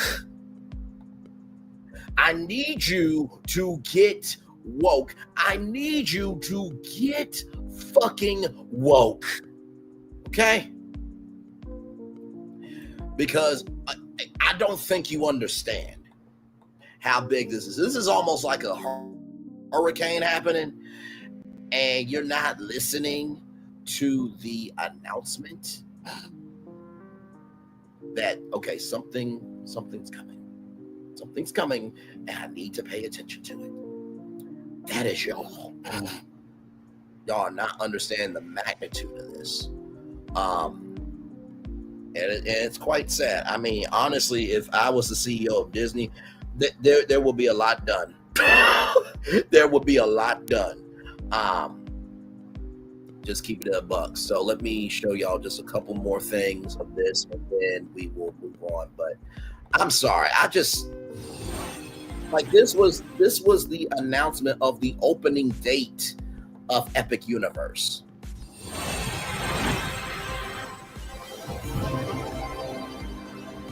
That's the chrono. So right here is the Chronos right here. Beyond this gate, find Gardens Green and Epic Worlds to fill your dreams. I know you're like, wait a minute, Bray, how do you know that says that? You just have to pause it. Yes, but this Chronos is the main portal that's going to introduce the Celestial Park, and so there's a Ferris wheel. Like I said, if you want the breakdown of Epic Universe, just type in Epic Universe on the search tab, on the search bar, on this channel. I fill you in with everything. Here we go.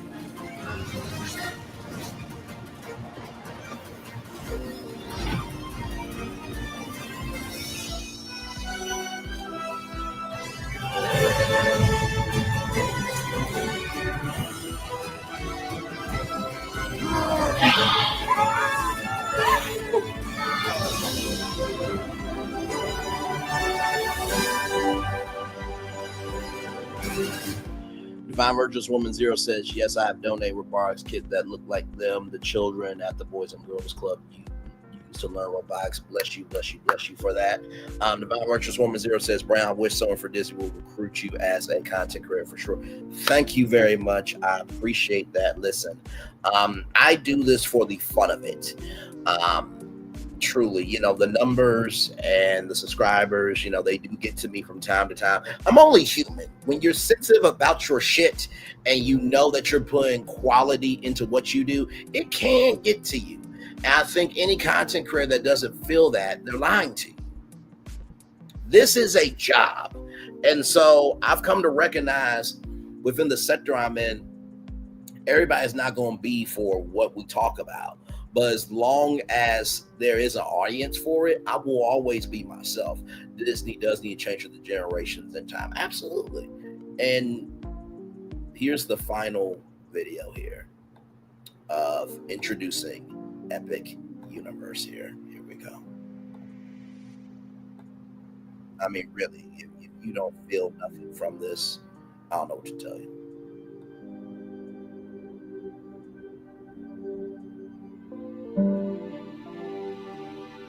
Over my 35 years, I've often been asked what my favorite ride is. My standard answer is the next one. We live by the ethos that the next thing we do is going to be better than the last thing we did. So even though we've created some really incredible experiences, we're always looking to how do we make the next one even better? And it really starts back with the origins of our business back in 1964 with the world famous Universal Tram Tour.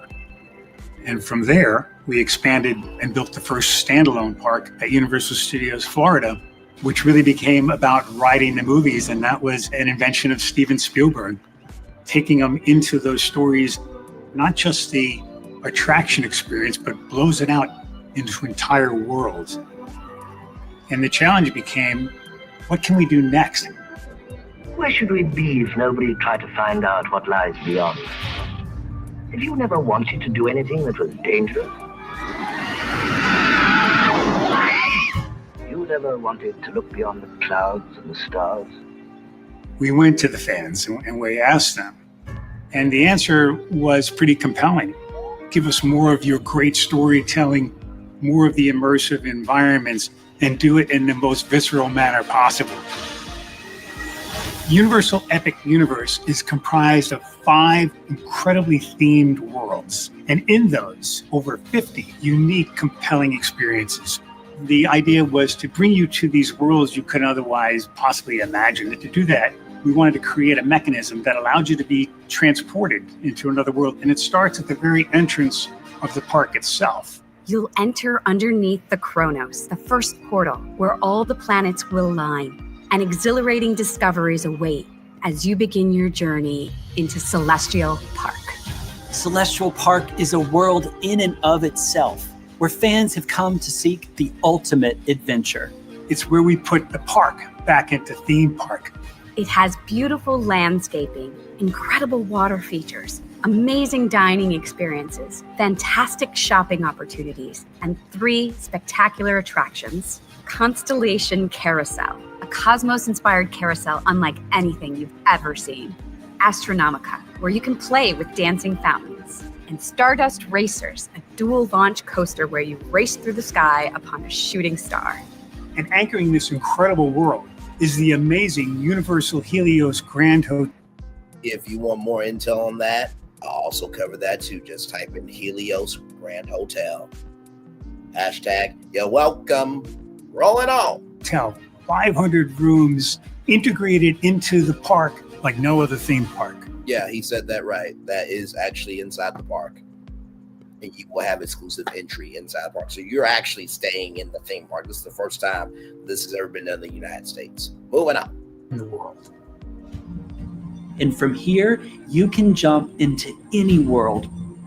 Portal like an adventurer to find all of the worlds you've ever seen. How to Train Your Dragon, Isle of Berk. We made the dream a reality. The world's first dragon Viking utopia.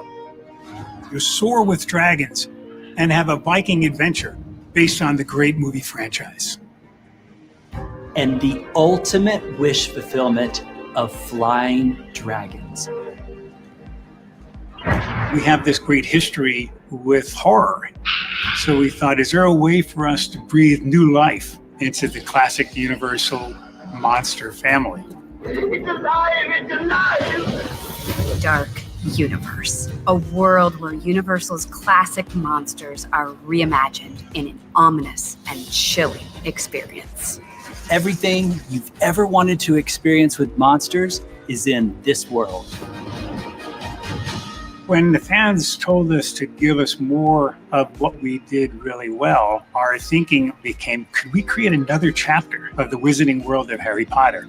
In the Wizarding World of Harry Potter, Ministry of Magic, you'll get to experience moments from both 1920s Paris from Fantastic Beasts and the British Ministry of Magic from the Harry Potter series. The ride inside of that world, I can't tell you because it has to be a surprise.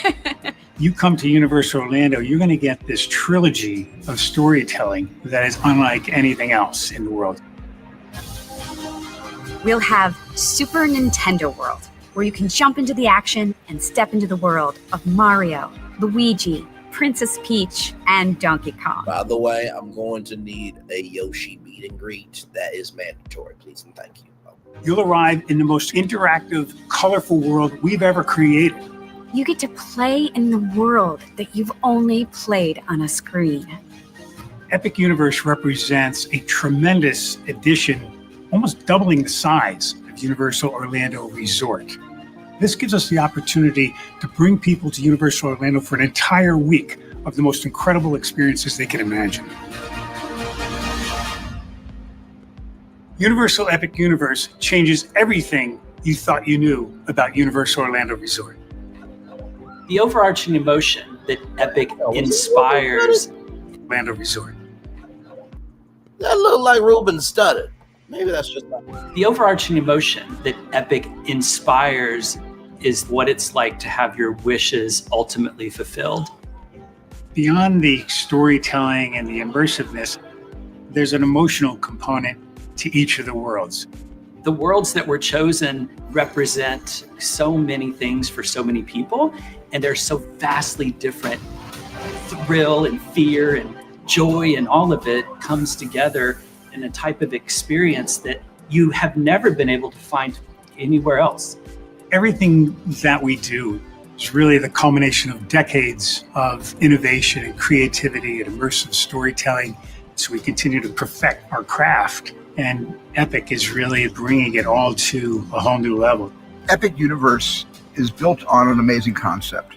The idea that you can go into a world through some kind of a portal and you come out in a world you never could dream of, you can experience it.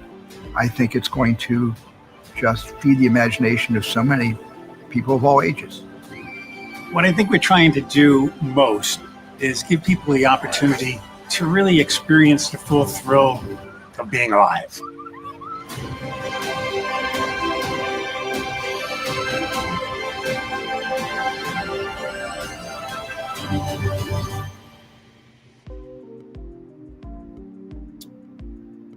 Like I said, Disney, I'm gonna need you to get woke. This will be your biggest test yet to see if you really are who you say you are, or is the magic gone? All right, y'all, more Virtual Tour Live coming at you right from the space right here and right now. In case you guys did not know, ABC News settles lawsuit with 47. Sells 47 defamation lawsuit for $15 million. This comes to us from Variety.com. ABC News has agreed to pay $15 million and issue a statement of apology to settle the defamation lawsuit brought against George Stephanopoulos and the network by 47 after the anchor inaccurately stated that the president-elect was liable for rape. This is all according to a copy of the settlement, which was filed and released to the public on Saturday. ABC shall transfer it in the amount of $15 million to be made to a presidential foundation and museum established by or for the plaintiff. Reads the settlement. The charitable contribution shall be made by defendants within 10 calendar days of this effective date of this agreement to an escrow account to be established by the plaintiff's counsel. ABC News must also issue an apology statement within 1 calendar day of the settlement's filing. The statement, which will be added as an editor's note to the bottom of the interview that sparked the suit, will read: ABC News and George Stephanopoulos regret statements made about President 47 made during an interview by George Stephanopoulos with Representative Nancy Mace on ABC News this week, March 10th, 2024.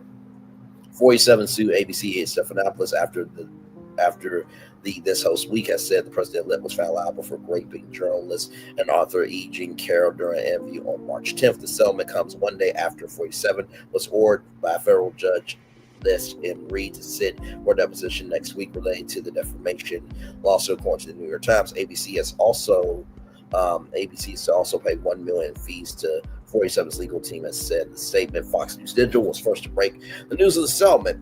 You know, I have a problem with this because, like I said at the top of the show, 47, said he could pow somebody on Fifth Avenue and get away with it. And he's done Muslim, he's wanted Muslims to stop here in the United States until we figure out what the hell is going on. He also wanted 5 innocent black men to be unalived. He took out a whole page ad, like he blocked blacks from entering into apartment complexes. So I did some research because, as we all know, we give context over here on this channel. So from Business Insider, 47 raped E. Jean Carroll, even though he was found liable only for sexual abuse, judge rules. The jury found that 47 sexually abused E. Jean Carroll, but not that he raped her. 47's lawyers want to reduce the jury's $2 million damages award. On that basis, the judge says 47 raped Carroll, as many people commonly understood the word rape. In May, a jury in Manhattan Federal Court concluded that 47 sexually assaulted E. Jean Carroll and defamed her when he called her a liar, warning Carroll $5 million damages. The jury did not. 47's lawyer trumpeted at the time find that 47 raped Carroll, the central part of her allegation. The judge isn't so persuaded. In an opinion issued on Wednesday, U.S. District Judge Lewis Kaplan, who presided over the trial, wrote that the trial evidence demonstrated that 47 raped Carroll in the plain sense of the word. I'm going to read that two more times. In an opinion issued on Wednesday, U.S. District Judge Lewis Kaplan, who presided over the trial, wrote that the trial evidence demonstrated 47 raped Carroll in the plain sense of the word. In an opinion issued on Wednesday, U.S. District Judge Lewis Kaplan, who presided over the trial, wrote that the trial evidence demonstrated 47 raped Carroll in the plain sense of the word. Finding that Ms. Carroll failed to prove that she was raped within the meaning of the New York penal law does not mean that she failed to prove that Mr. 47 raped her, as many people commonly understand the word rape, Kaplan wrote. Indeed, as the evidence at trial recounted below makes it clear, the jury found that Mr. 47 did exactly that. So I'm a little confused on why ABC News has to pay $15 million when the judge said, while it was not found in New York penal law, that does not mean that she failed to prove that Mr. 47 raped her, as many people commonly understood the word rape.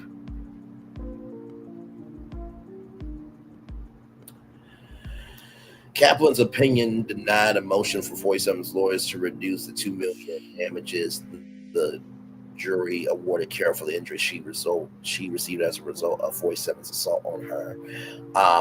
Carroll's lawsuit alleged that in the mid-1990s, 47 raped her in the Bergdorf Goodman department store in Manhattan. She said that 47 pushed her against the wall of the dressing room, inserted his fingers into her portal, and then she believes put his inside her. Years later, 47 defamed her when he called her a liar for disclosing the story. The lawsuit claimed she was able to bring the lawsuit in November 2022 because New York State passed a law in the wake of the Me Too movement that allows sexual misconduct accusers to bring civil lawsuits when they otherwise be barred from the statute of limitations. The jury had to decide whether 47 was liable for battery against Carroll. The definitions of the Act could constitute battery, Kaplan told jurors, were drawn from New York State's penal code. They had to determine whether 47 raped, sexually abused, or forcibly touched Carroll. The difference between rape and sexual abuse, as Kaplan told the jurors, that was rape means that any penetration of the into the portal opening, while sexual abuse means any touching of the sexual other intimate parts of a person for the purpose of gratifying the sexual desire of either person. In the end, let me say this, okay, because I know everybody's going to be like, well, we go off of facts around here. In the end, jurors agreed that 47 sexually abused Carroll, but not that he raped her.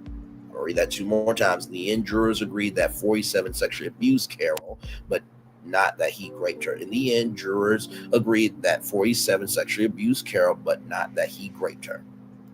Ms. Carroll testified about the specific physical memory and the excruciating pain of the digital penetration at great length and in greater detail than the penal penetration, Kaplan wrote in his opinion. She acknowledged that she could not exactly see what Mr. 47 inserted, but testified on the basis of what she felt. Based on that distinction, 47's lawyer asked the judge to reduce the $5 million damages award. 47 is also appealing the entire case.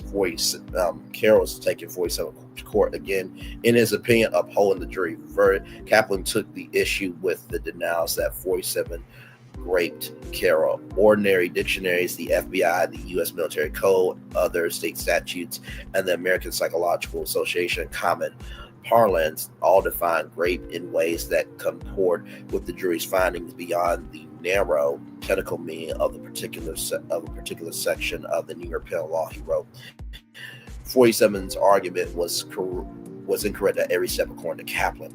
Mr. 47's argument therefore ignores the bulk of evidence at trial, misinterprets the jury's verdict, and mistakenly focuses on the New York penal law definition of rape to the exclusion of the meaning of that word as it is often used in everyday life, and of the evidence of what actually occurred between Ms. Carroll and Mr. 47. Kaplan wrote, Carroll is scheduled to take 47 to court once again in January over similar claims. The trial earlier this year was for a lawsuit brought in November 2022, referred in court as Carroll II. She first sued 47 in 2019, a lawsuit known as Carroll 1, when she first went public for accusations, and he called her a politically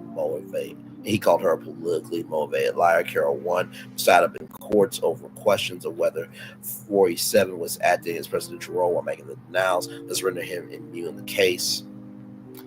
Earlier this month, the Justice Department dropped its defense of 47, clearing the way for another trial. Now that the court has denied 47's motion for a new trial or to decrease the amount of the verdict, E. Jean Carroll looks forward to receiving the $5 million in damages that the jury awarded her in Carroll number 2.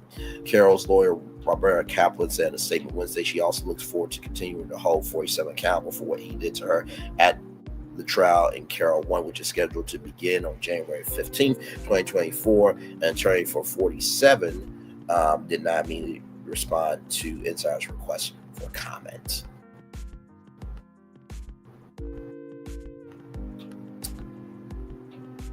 So it says right here, 47 raped E. Jean Carroll, even though he was found liable only for sexual abuse, the judge ruled. A federal judge ruled that. So once again, I'm a little confused on how ABC News has to pay $15 million. Just a little bit confused. Just a little bit confused.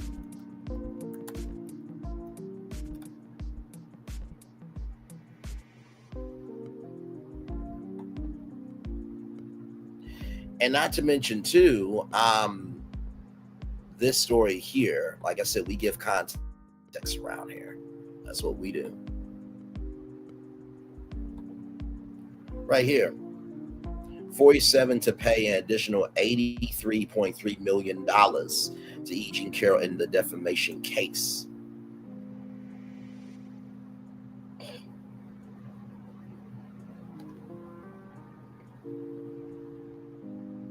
Right here, the new jury was only asked how much 4777 should pay Carroll for the two statements he made as president when he answered reporters' questions after excerpts of Carroll's memoir were published in a magazine. Damages that couldn't be decided because legal appeals. Jurors were not asked to redecide the issue of whether the sex attack actually happened. Carroll's attorneys have requested $24 million compensatory damages and unusually highly punitive award.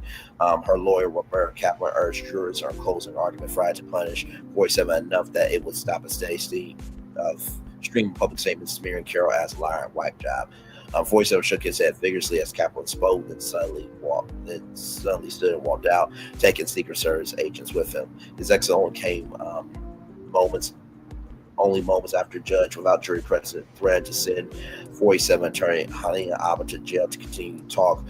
When he told her he was finished, "You're on the verge of spending some time at lockup. Now sit down." The judge told Haba, who immediately complied. So you got paid $83.3 million right here from NBC News. Judge tosses out 47's counterclaim against E.G. Carroll, find the rape claim is substantially true. The former president argued Carroll defamed him by maintaining he raped her after a civil jury found him liable for sexually abusing her. Right here. But U.S. District Judge Louis Kaplan noted Monday that the jury did not find 47 liable for sexually abusing Carroll during an encounter in the dressing room of a New York City department store in the mid-1990s, and the details of that finding show that her having maintained that 45 raped her is substantially true.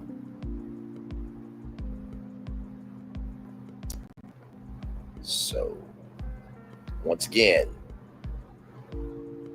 tossed your Carroll claim and finding that the rape claim is substantially true.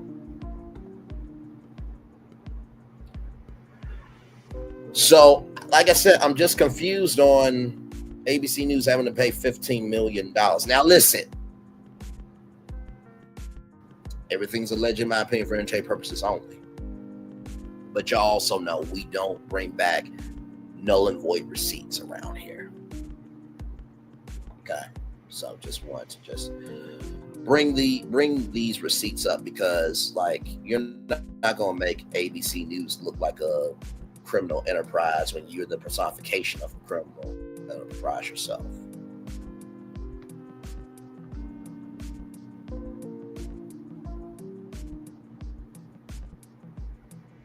After the verdict, 47 posted on Truth Social, I absolutely have no idea who this woman is. This verse is a disgrace. Continuation of the greatest witch hunt of all time. Well, if you didn't know who she was, then why did you avoid the trial? Why did you say that she defamed you if you didn't know who she was?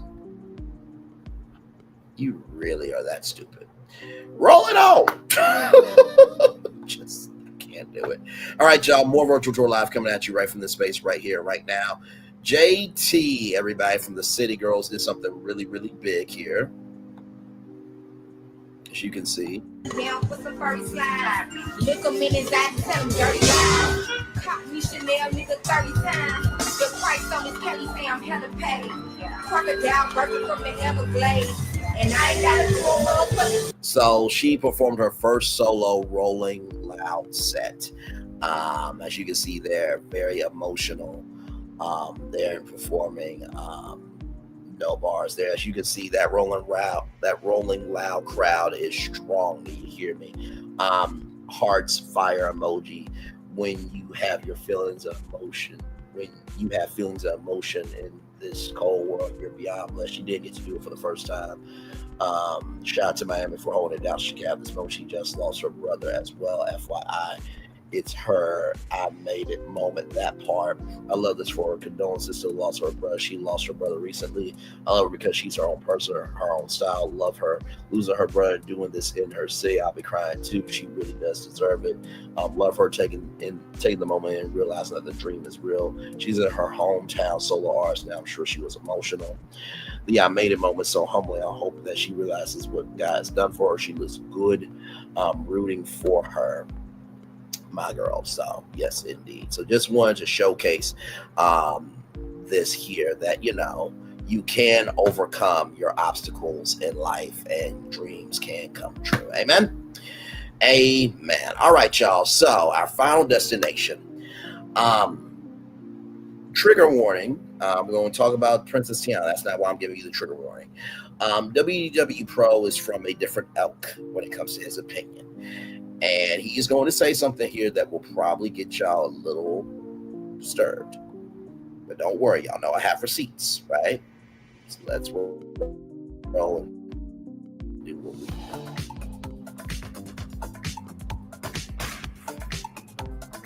do. It is no secret that the Walt Disney Company has been courting controversy for the last few years. But what if we told you that it goes even beyond that? In an exclusive scoop from a source that we appreciate, we have the latest alleged information of Disney deciding they would race swap The Little Mermaid instead of doing a live-action Tiana, Princess and the Frog. And why? Because they were determined to be as quote-unquote progressive as they possibly could be.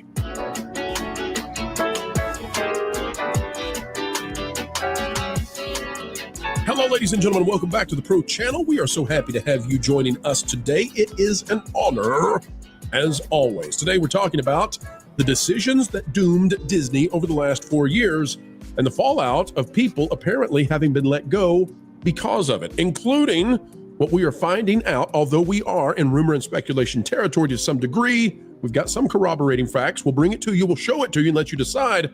But we're now hearing that Disney decided they wanted to do an aerial race swap instead of having Tiana get her own live action. And it was all to... Now, he says race swap. I'm going to let the whole conversation play. I'm going to give my commentary. And then we're going to do what we do over here and showcase receipts. Just because you don't know what you don't know doesn't give you the right to be able to say anything on YouTube. Let's roll on.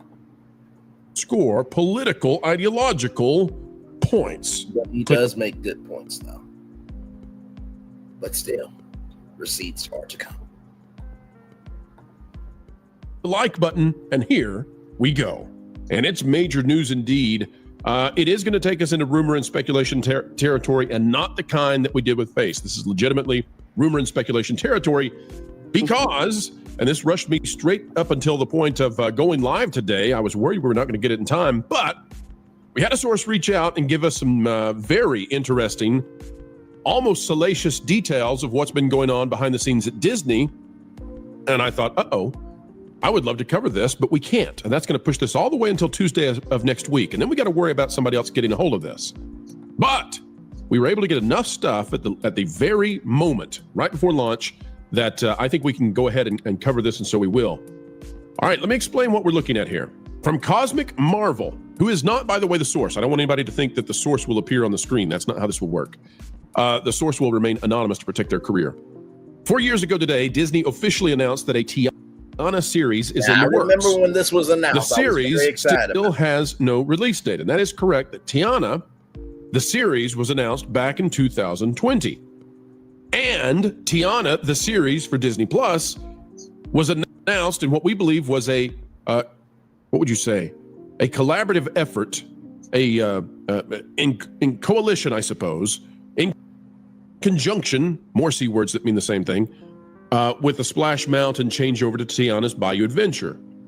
And so Tiana, the series, was supposed to be this thing that was going to promote Tiana's Bayou Adventure. And yet Tiana, the series, is nowhere to be found. And we thought, well, that's the story. That's it. Is that this cartoon they were going to make for Disney Plus and maybe Disney Channel, it just didn't, hold up, and maybe it's delayed until 2025, and they didn't make the deadline to promote Tiana's Bayou Adventure. Okay. No big story, right? Well, there may be more to this. Let's go over now to the Disney Fandom Wiki page. Not a place we typically go, but hey, we'll wander wherever we have to wander to find what we need to take a gander at it. It says Tiana is an upcoming television series produced by Walt Disney Animation Studios and written and directed by Stella McGee. The season is underway with a touchback, and they'll take it from the 30. Intercept! So I remember when Tiana was going to come out, I was very, very excited about it, and I did not hear another word. We did not hear another word of it. And Tiana is very important to the culture, as you guys will see here in just a little bit, because La Renee Creole, who you saw there, and Ron E. Bradley and myself, we had a conversation about a resort recon. So yeah, more to come.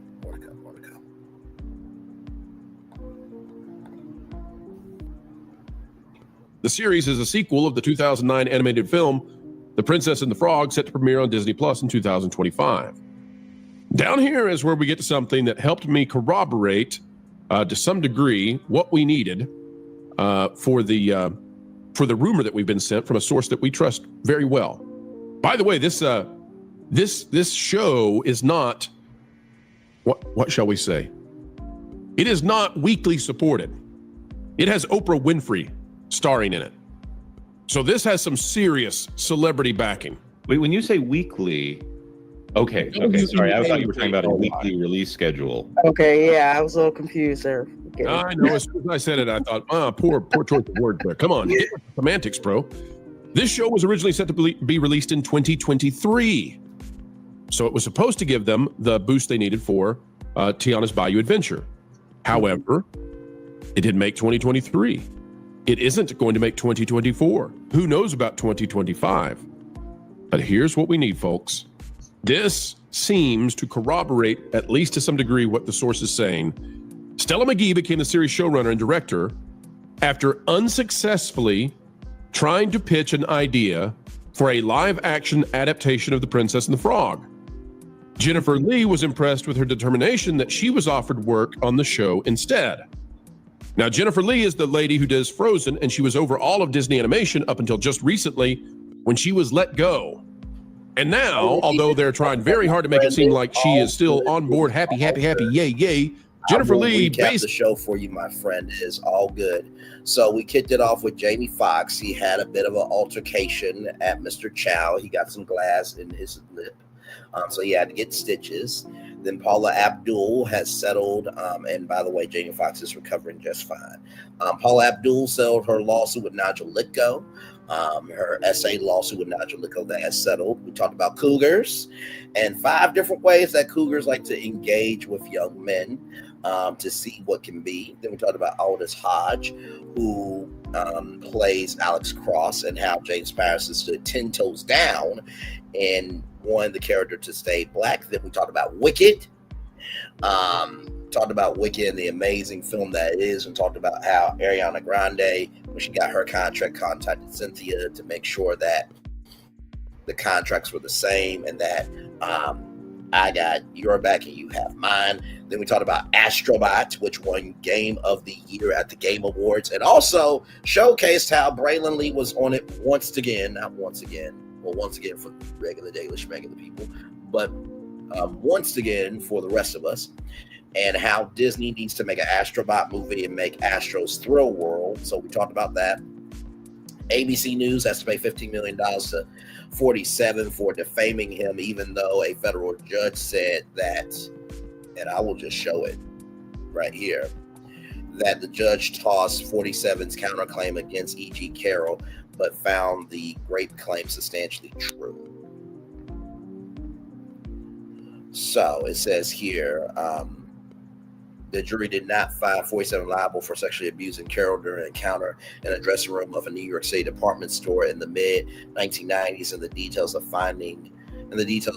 that finding have the details of that finding show that her having maintained that 47 raped her is substantially true. That's what the judge said. A federal judge said that.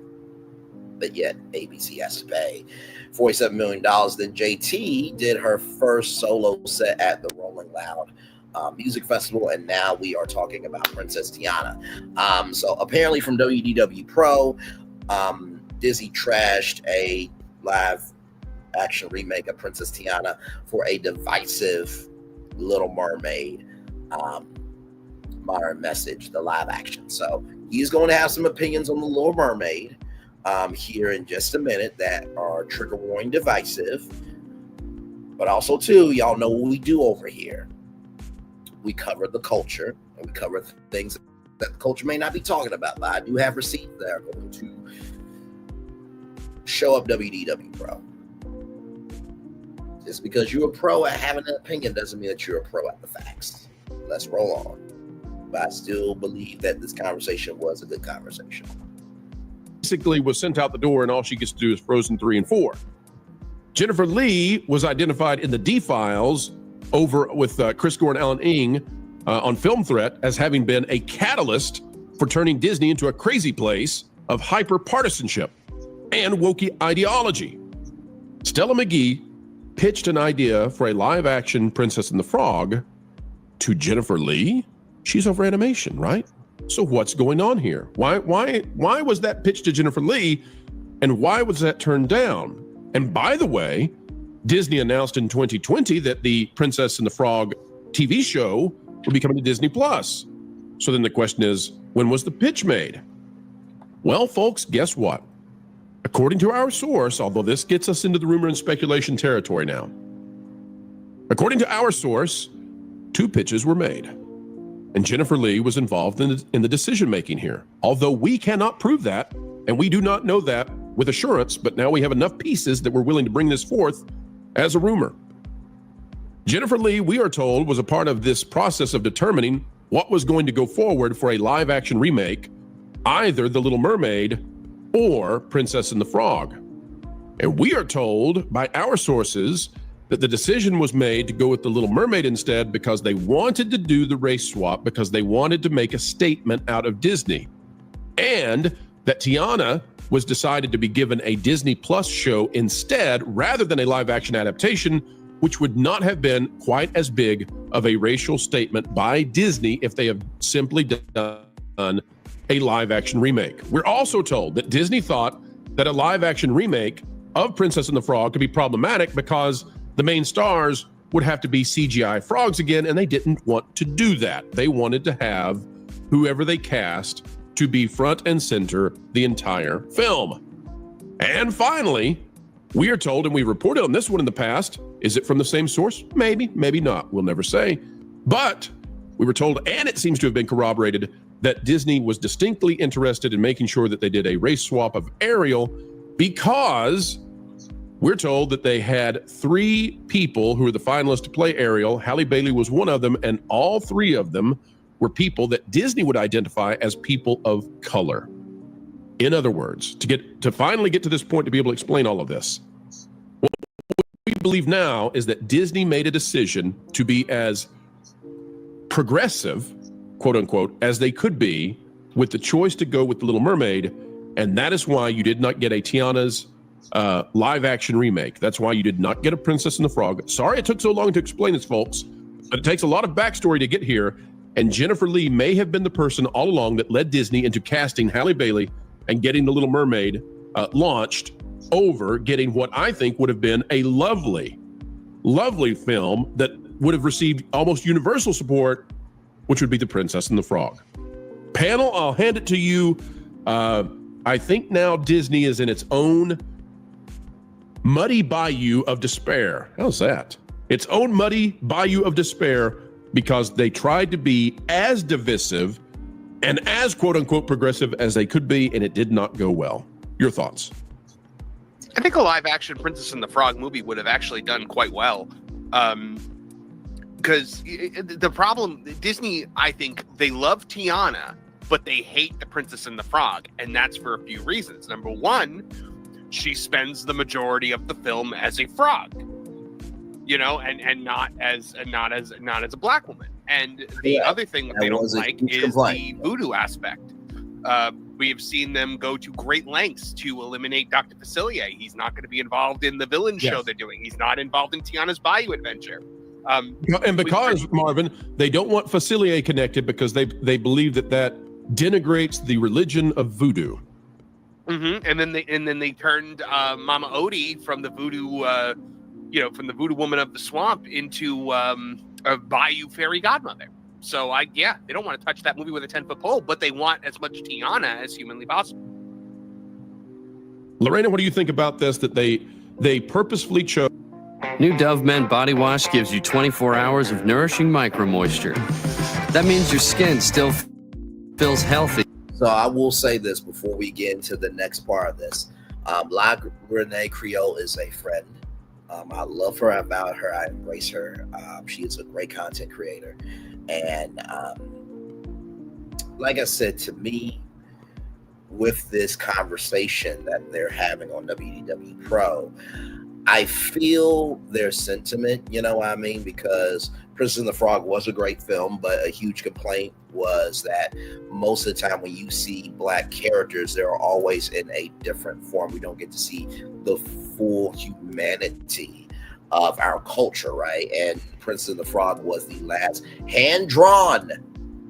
It was the last hand-drawn Disney film in the history of Disney. That was it. That was the last hand-drawn one that they have done. Now it's been mostly CGI.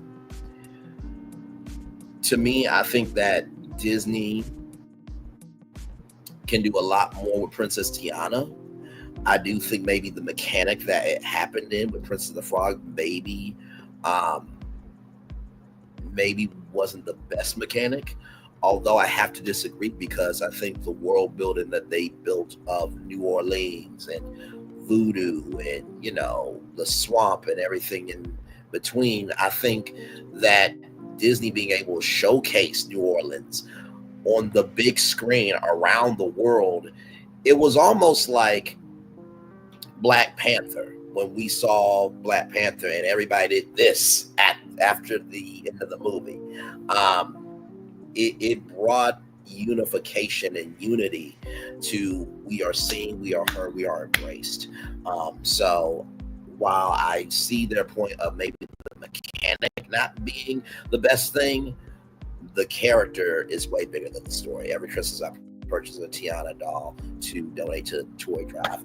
Bless you, my friend, for that.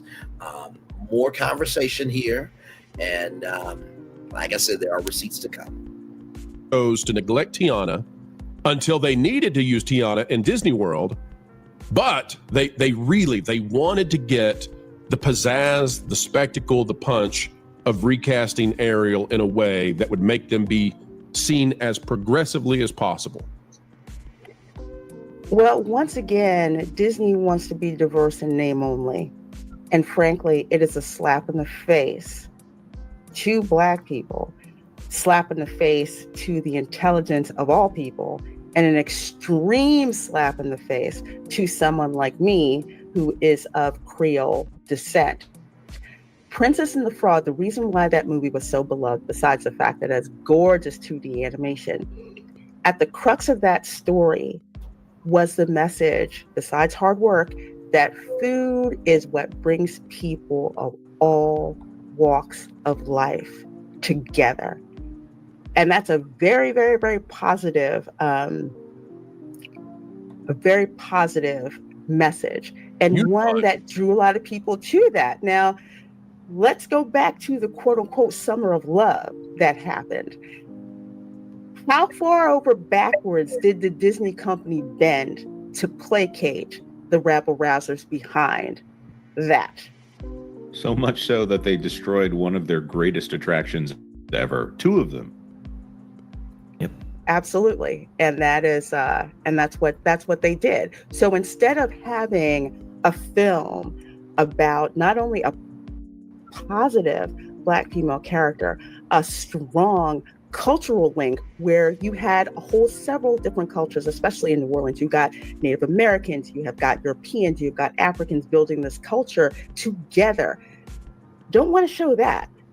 But you want to go and race swap a character that no one asked for, not only be lazy with the race swapping, but you couldn't even get her hair color right.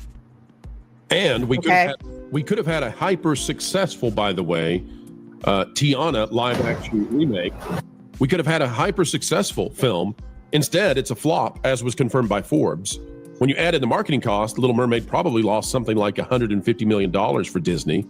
That, by the way, also creates racial tension because now there's this situation of people like the white Little Mermaid, but they don't like the Black Little Mermaid. And Lorena, you and I talked about this before the film ever came out. And I said, this is a disgusting scenario that Disney has artificially created where there is no winner possible. Like this purposefully separates and creates division where there is none. Like they chose to do this, and if the source is correct, they chose to do it at the sacrificing of a Tiana live action, and they did it because they wanted to maximize the quote-unquote progressive movement.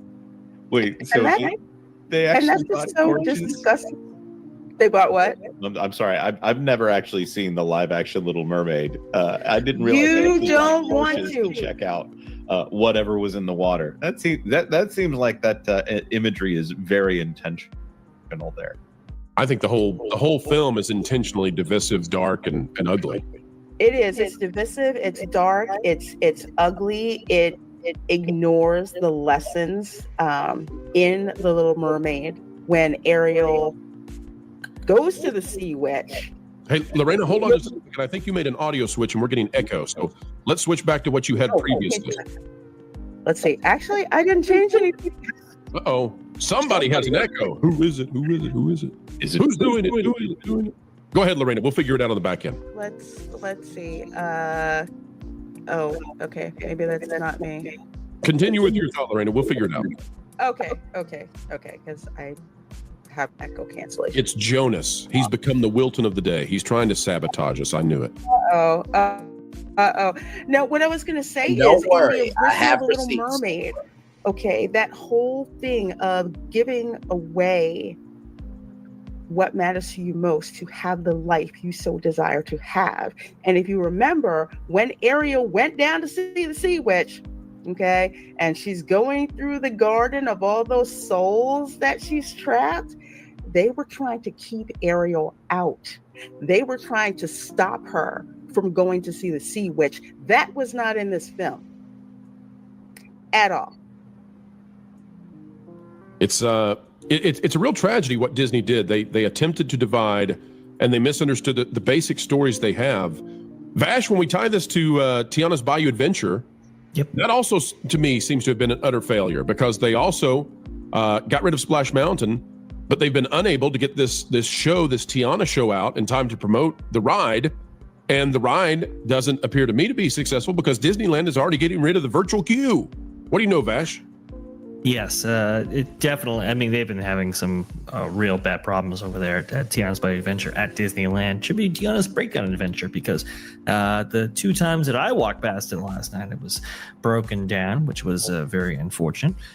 I'll say this, to theme an attraction like Tiana's Bayou Adventure to a 15-year-old movie, I think was always going to be a problem for them. And while they have, like Marvin beautifully pointed out, while they have attempted to reinforce this franchise by building Tiana's Palace or converting what was the French market into Tiana's Palace, and giving her own attraction, giving her a number of shops in Disneyland and Walt Disney World, and I think there's like a New Year's Eve dinner at the top of the Contemporary.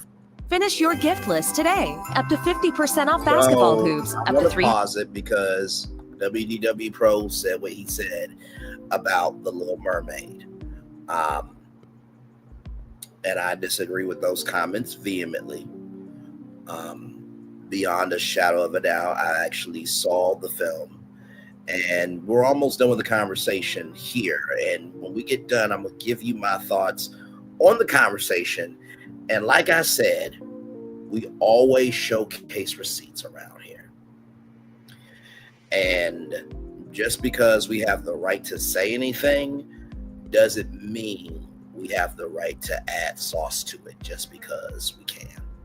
So, here we go. $300 off golf clubs from Callaway Taylor. For $800 per person now, based around Tiana. As much as they push this franchise, it just hasn't been, I think, received as relevantly as Disney would like. And so I think Disney, if they were to have gone forward with a live action film, would have really reinvigorated that franchise to the degree that they really needed to push Tiana as much as they do. I think they're ahead of their skis when it comes to Tiana and pushing that IP, pushing that franchise to the degree that they have been. I don't think it's been universally as supported as they had wanted. Now, Pro, is this Disney Plus series still in development? We got some word actually back on June 10th, 2024 at this is Magic event that perhaps this Tiana's series is still in development or production. Do we have any clarification on that? Is that it's still officially in development, and they're planning to release in 2025 now. I see. But by the way, that means that it misses out on being the cross promo they wanted for the ride. And I would say too, now they're in a totally different political environment. Jennifer Lee is now gone. She's the one who greenlit this and decided to disallow Tiana to have a live action movie, which I think would have been fantastic and everybody would have been behind it. But folks, that is the story as we now best know it regarding how Disney blew it and went as racially divisive as they could. And I'm just glad, by the way, that The Little Mermaid did not turn out to be something that sparked some sort of extra racial tension in the country. I think that most people, no matter their background, looked at it and said, really, Disney, this is the best. Like, I can't even see the film. The CGI is terrible. Please never play the Aquafina song again. How dare you, Lin-Manuel Miranda, do this to us? Our ears. God, that was horrible. You know, we really hope that you So felt that this. is the conversation. Now, I got to see The Little Mermaid in theaters. I saw so many comments saying, why do we need this? And I truly do believe that if we are to tell stories, right, that we should tell everyone's story. It's almost like the Black Lives Matter versus All Lives Matter thing, right? And when you were strange fruit back in the day, because of your existence, and you are happy of the fact that you are being seen on the big screen, please forgive us if we are a little bit excited to be represented. The ending of The Little Mermaid was such a beautiful thing because you got to see this family of mermaids of every race, color, and creed. And this is not being woke, and this is not being progressive, and this is not trying to alienate WDW pros' opinion or the opinions of those people who feel like there should not be a black Ariel. But I'm giving context here. In the live action remake, right, you got to see Prince Eric, right, who has a black mom. And I think that, you know, Prince Eric is of Latin descent. And there is a thing as Afro-Latino descent. And you got to see Prince Eric struggle through his emotionality of him wanting to be his own person because he has to be the prince. He has to be this. He has to be that. And then you have, you know, Black Ariel, who is really suppressed by the ocean. And I know what you're thinking, Bray. Where is this going? Trust me. My rambling comes greatness. Give me time. You know, they always say the definition of the oppressor, right? And if that oppressor is powerful enough to do that to you, then they are your oppressor. I'm paraphrasing it, but that's basically what it is, right? And so you have, you know, somebody who wants to be free to see what's on the other side, but King Triton is the oppressor. And, you know, King Triton's about, you know, go explore this beautiful open sea, but stay in the sea. So Ariel's confused on that. So you do get to see the humanity of Ariel trying to be her own woman, while meanwhile being tied down to a home that she is no longer conforming to because she believes that the world is bigger than just the sea. And I do agree that if you are going to do a live action remake, that it should stick to the source material. However, this is just like the comic book fans, right? Why they take this out? Why they take that out? In film, you can't put the whole ideology. You can't put the whole history of a comic book character in one movie. It would be a 14-hour movie. So that's why you do it in different parts to extend and showcase the fullness of the legacy, right? So when he said what he said, right, I just thought, let me look up some things. Here's an article from Entertainment Weekly. Haley Bailey's Little Mermaid performance has the fin of approval from the original Ariel. Jodie Benson, the original voice actress of Ariel in the beloved 1989 animated film, praised her successor's beautiful performance in the Rob Marshall film on Instagram story, knowing that she was so thrilled and excited for Bailey. Haley, you were absolutely amazing. Benson wrote alongside a photo of the young star Marshall. So proud of you and your beautiful performance as Ariel. She added, the brilliant Marshall, I'm so thankful for our friendship of 35 years. Thank you for creating such a stunning film. Bailey reshared Benson's comments on her own Instagram story, writing that the praise means the world to me coming from you. She added, you made Ariel magical for us. Now, right here, this isn't the first time Benson has voiced support for Bailey, who was subject to racist backlash following news of her casting in 2019. The original Ariel defended Bailey in the wake of criticism that a black actress has been unrealistically cast in the role of a mythical sea creature.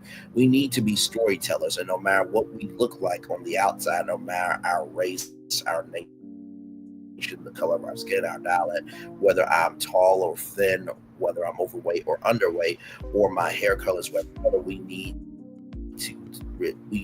really need to tell the story. Vincent said at the Florida SuperCon convention, I think that the spirit of the character is what really matters. What you bring to the table in a character as far as their heart and their spirit is what really counts. And here it is here from Jody Benson's Instagram. So the original Ariel approved it.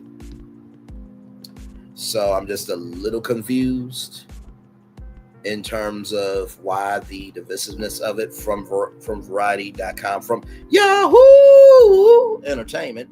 When Ariel met Ariel, Haley Bayer got Jody Benson's stamp of approval on the Little Mermaid set and was told to just go for it. Not to mention too, Benson makes an appearance in the movie.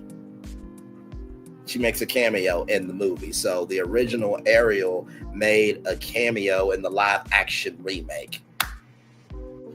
Once again, it's interesting how white people are so against storytelling and culture and everybody being seen for this all lives matter perspective, but yet the original Ariel made a cameo in the film. We don't want to talk about that, do we? By the way, more evidence.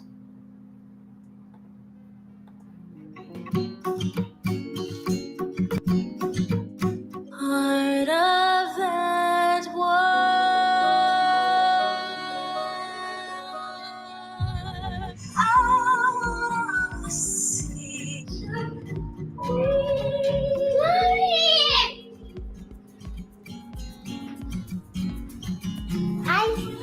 I think she's round.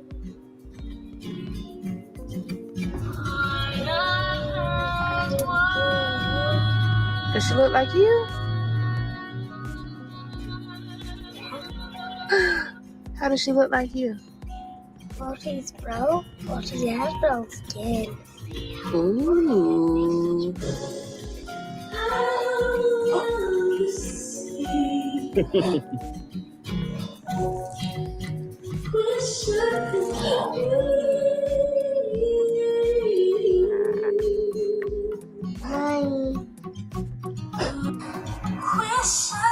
She's like me.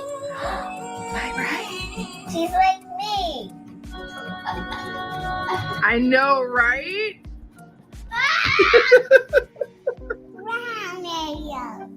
What do you think about the Ariel that you just saw? I liked her. Why? She's beautiful. And I don't know how she's singing so beautiful and lightly. And yeah. She's beautiful and she looks like what? She looks like you. Yeah, she's brown like you. We're gonna go see it when it comes out in the theater. Yes! So we're going to see The Little Mermaid when it comes out. High five. Part of that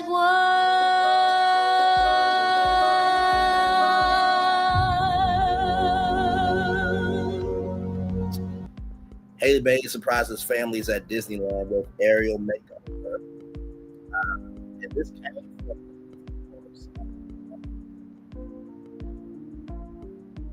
came from the Disney Parks blog. Mackenzie Madison and Cara Lanier, along with Mackenzie and Riley Fleming, were 5 children who captivated the world with their joy and excitement. After seeing their viral video reactions of the original trailer, Disney Parks and Walt Disney Studios made dreams come true. Both families were invited to Disneyland Resort to have a fun-filled vacation in the parks, or so the little ones thought. Whilst receiving a makeover at the BBWs Boutique, these little ones were surprised by a pre-recorded video just for them made by Haley Bailey herself. But the surprise didn't stop there. For little Disney magic, Haley stepped around the corner and greeted them in person. After some hugs and special words of wisdom, Haley then invited the Lanier family and Fleming families to join her on the blue carpet for the world premiere of The Little Mermaid. And so here is that reaction right here. When the first trailer was released, and I was able to see the little girl that you just saw in the GMA clip there. Beautiful babies' reactions, I was filled with so much joy because they see somebody who looks like them on such a big role. It makes them feel good about the skin that they're in. Hey, it is Hallie, and I am here at Disneyland. We're not here for a work trip. We're here to go to Disneyland! I am about to surprise these children at the Uppity Property Boutique that are being transformed into my version of Ariel. They're so beautiful. I'm so excited to go say hi to them. I have a very special message for you guys, okay? You ready? Hi, my friends. That's Hallie Bailey. I saw your reactions to the original trailer, and I am so excited for you to see it. With a little bit of Disney magic, I bet I could become part of your world.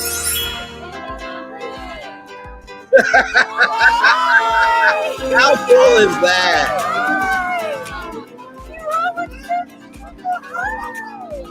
I can't wait for you to see the movie, and I'm wondering if you guys would want to come with me to the premiere of The Little Mermaid. Oh, you come with me? Yeah! Yay! It means so much to be able to be the representation that I wanted to see as a child. I feel really grateful to be able to take on Ariel in my own way.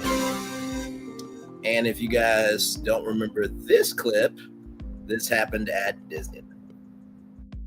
So pretty. Ariel's her favorite. Most beautiful. Oh, look at her. Nina Rose. Nina Rose.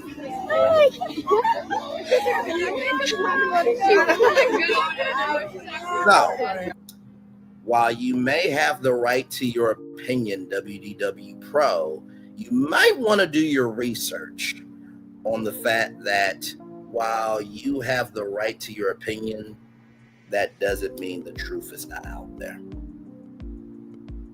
Now, I know what y'all were thinking. I was going to go off and call him this, that, and the third all around the world. What I've come to realize is just like success is a bigger cuss out than cussing people out, sometimes showing facts is a bigger cuss out than cussing somebody out. And I will post all of those links into the description box below, so you can go watch all that for yourself. Now, when it comes to Princess, actually before that, just some more receipts. Because you don't know what you don't know. Right here from University of California, Riverside, Black Mermaids, History and Spirituality at UC Riverside. Jalora Davis is the assistant professor of English. In her Mere Woman List podcast, she is Mommy Messerine. Under the Water, she's a mermaid. For Davis, the connection with water and mermaids run deeper than a childhood fantasy tale. She was intrigued by mermaids since she was 5. She learned about sirens in Homer's Odyssey and watched the film Splash. She watched Disney's Little Mermaid dozens of times with her sister, who was obsessed with wearing Ariel's red hair and as a wig and a dress with sheer white sleeves that cover her chocolate skin. Throughout her teens and then in college, Davis discovered the important and many times intentionally omit historical connections between Black people and water. At University of California, Riverside, she researches the intersections of Black studies, women and gender and sexuality studies, and contemporary fiction and pop culture. With the upcoming release of Disney's The Live Action Little live action's Little Mermaid. Davis research is now more important than ever. The film features singer-songwriter actress Halle Bailey as Disney's first Black Ariel protagonist. Fantasy does not exclusively belong to the imagination of white European writers and creators. Davis, 17, that's when she graduated from the University of California at Riverside, said for Davis, taking factual historical components and incorporating them into fantasy is a way to reconcile the African American experience. I have always loved mermaids. It's something I've always identified with. David said one of the things I'm zeroing in on this idea of the Middle Passage as the birth of the mermaid speeches. I call this crossing merfolk. The Middle Passage refers to the enslaved Africans who were inhumanly transported in slaver ships to the Americas and Europe across the Atlantic Ocean between the 1500s and 1800s. They were human property in a triangle trade, exchange for goods and services between Europe, Africa, and the Americas. Estimates indicate about 15% of Africans passed away in the grueling 8-day voyage. Many of those bodies were discarded in the ocean, including children and pregnant women. Africans believed a water spirit watched over these souls and carrying them into the afterlife, David said. Many people believe there's too much trauma, too much painful history, the representation of Black people in popular culture, says Davis, who upcoming book analyzes the appearance of mermaids, water spirits, and other quiet beings in African diasporic literature, art, and popular culture. At UCR, that's the University of California at Riverside, she has spent many hours using the Eaton collection of science fiction and fantasy to research this topic. The intersection of merfolk and the Middle Passage provide a way to continue to bear witness to this history while experiencing some healing. Having a leading Black character in The Little Mermaid is a step in the right direction. Representation is not everything, but it does matter. It matters to the kids. It matters for the little Black girls who see themselves on screen. I love Disney growing up. I love princesses. I love fairy tales, even though there are more options for heroines now. I would love to see more of a fairy tale fantasy characters that look like me when I was a child. As seeing Black Ariel then in my have changed what I saw possible in my life. In popular culture, Black mermaids have appeared in music videos and characterizations such as Saudi Adu, Beyonce, Nicki Minaj. Most recently, Black mermaids have appeared in the Freedom series, Siren, and Netflix's series Invisible City and Wednesday. Knowing the spiritual cultural significance of Black mermaids is one of the central conversations Davis brings in her Marijuana podcast, a project she started recording in her home closet about a year ago. Black mermaids are embedded in the African sport history. Davis said they originate in African cosmology thousands of years ago, meant to honor the sacred nature of water. Among those revered is a war goddess known as Mami Wata. When it comes to children's storybooks, Davis recalled first seeing a Black mermaid in Sirki and the Mermaid, written by Robert D. Suri, illustrated by Brian Pinkney. The mermaid is Mama Joe, a character derived of a South Carolina folktale. Mama Joe is considered the African-American version of Mama Wata. In the first Mermaid Woman's podcast, she introduced herself as Mama Wassine and discussed Black mermaid origins. Contrary to popular belief in the Eurocentric mythology, Black history has always included its own mythology. Africans and African Americans have also created imaginary worlds, David said. Black mermaids often contain so much else, not all of it, but a lot of Black mermaid lore is anchored with African cosmologies, African religions, African indigenous religions, and spirituality, David said. Carrying this ancestral connection between becoming a mother and her passion for mermaids led her to take on one of the greatest challenges of life, learning to swim with a mono femme alongside a mermaid pod. She is a part of an Afro Mermaid Pod, which gathers at the annual Afro Mermaid Summit led by Carrie Wata, a Black professional mermaid based in Florida. Davis also trained with Mermaid Tiva, a swim coach, lifeguard, founder at Mermaid at Any Age, while a Los Angeles-based organization aimed to teaching more African Americans to swim. According to USA Swim, about 70% of African Americans cannot swim. The effects of segregation and racism in this country. For those of you who don't know, Black children was used as bait. And Florida is known for gators. And we will leave it there. My passion for this research comes from the fact that I've always loved mermaids. I love water, and I've always seen the ocean as very spiritual. Davis said there's nothing more massive, more powerful, more potentially destructive than the ocean. I felt the project was calling me. So there's one article about that. And like I said, I am doing this because it's necessary. Like I said, sometimes information can be used as a tool. And because I know WW Pro does not know any of this, nor does the other side know any of this, and they probably really could give two damn zucks or ish about it, doesn't mean that can't be used for what we do over here. But hopefully, they might be open-minded enough to listen. So, with that being said, here's another article here. Actually, Black Mermaid folklore has been around but long before Disney's Little Mermaid. Right here, the moment I even feel remotely vulnerable, be that the fragile morning after an inhibition-free night, the familiar shiver of cold flu symptoms, or the helpless pit of despair that engulfs me when my mental health begins to plummet, you'll find me curled up on this seat under a protective layer of blankets, shamelessly watching movies filled with childhood nostalgia. Movies like Disney's Little Mermaid, 1989, have sat firmly in this arsenal of self-care classics ever since I can remember, enveloping me in a carefree hug album. It's noticed, but movies that have transported me to a place of innocence and ignite my imagination without having to strain to envision myself in these fancy words, or however on a short supply. As a dual heritage Black kid growing up in the 90s, opportunities to feel represented in my escapism were limited.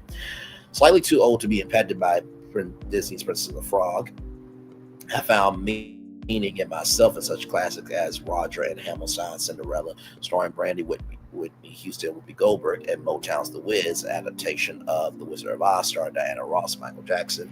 It is for these reasons I'm unashamedly excited for Disney's live-action remake of The Little Mermaid, in which Ariel is played by Halle Bailey.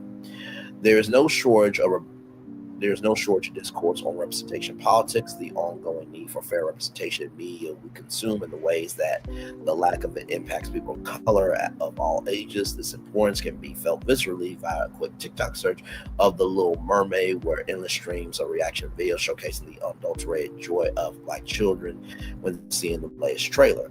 Move over to Twitter, however, you're likely to be bombarded by bigotry and bias. The hashtag Not My Ariel is trending among outrage and disgust at a Black actor being cast to play a fictional character. To quote writer and academic Sadie Harmon, so much of the work of oppression is policing the imagination. And with this simultaneously comical, embarrassing, and trigger to witness, this backlash served as a reminder no matter how frivolous our sources of joy may be, whiteness will attempt to steal every ounce of it. I am just reading the article. Do not be triggered. Fancy American people lived in the cosmologies of our Black indigenous ancestors long before Hans Christian Andersen coined his fable in the 19th century. In decolonizing our imagination by challenging the Eurocentric erasure of Black indigenous wisdoms, creatives, and experiences, we are able to recognize that witness the remake of The Little Mermaid is important to many, myself included. We can also find ourselves represented in our own cultural storytelling, folk tales, and mythologies. We don't need to rely on the white gaze of Western capitalism to feel seen and heard. Letting go of that gaze, we are reminded that the fancy of mere people lived in the cosmologies of our Black indigenous ancestors long before Hans Christian Andersen coined his fable in the 19th century, and certainly before Disney offered our generation a capitalist mascot in their 1989 adaptation. All children, irrespective of race, creed, religion, deserve to see themselves reflected in books and films. We owe it to their self-esteem, to their creativity, to their imaginations. The imagination of a child is boundless as imaginations of this current generation's children that will ultimately provide solutions to some of the most pressing crises faced by the world today. Writer and doctoral candidate at the University of Cambridge, Mary Opartinko tells Unbothered, a final year doctoral candidate, Mary's ongoing research into the coastal bifarian women during the Atlantic Age and Age of Abolition that sparked an informal interest in the ways of that pre-colonial African communities were informed by a belief in fear in water spirits known as Orishas or Nidam. These deities were thought to have been sent by a supreme or higher god to populate, protect, and service the earth, and continue to be worshipped today. Racial injustice is also rooted in historical illiteracy. If people don't understand we got to this point in society, injustice will persist. In that respect, the decolonization of cosmologies, mythologies, and folklore of Black Atlantic societies has a really important part to play. She continues.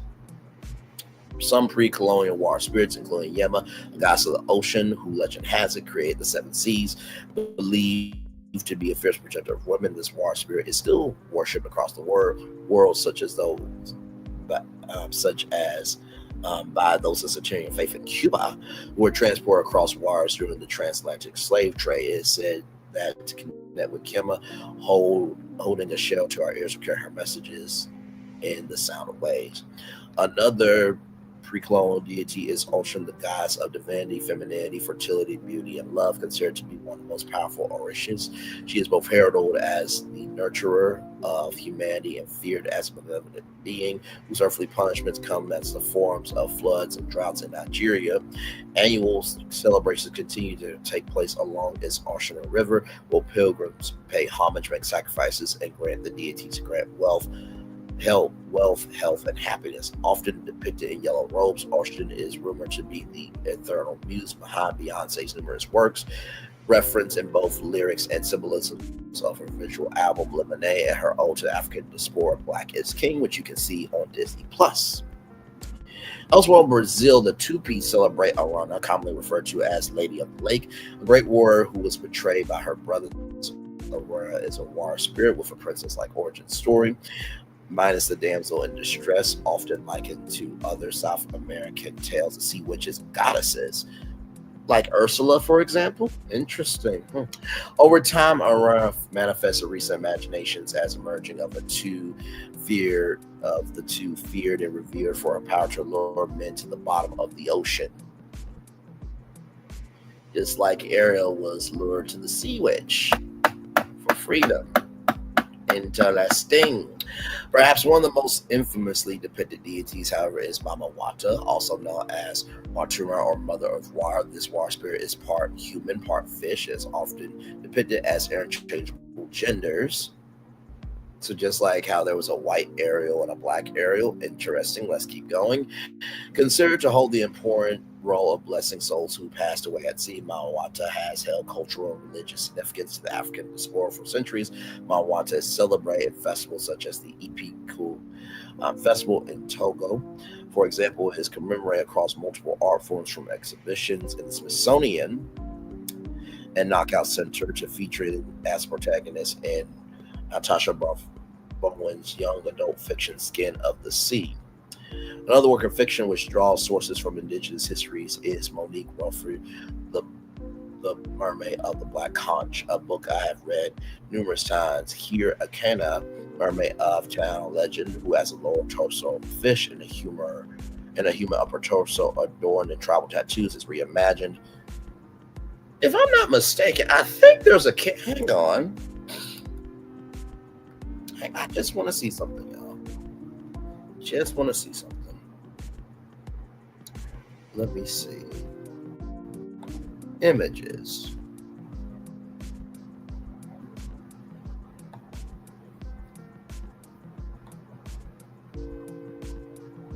I'm just curious, y'all. Give me a moment.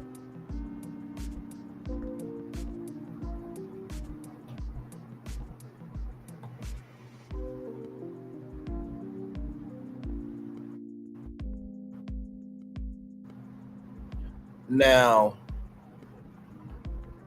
I'm just a little confused here because there is a movie, if I'm not mistaken,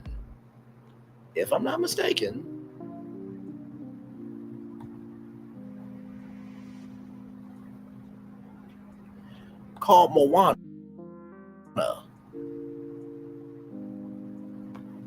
Those are tribal tattoos on Maui, and that is tribal clothing.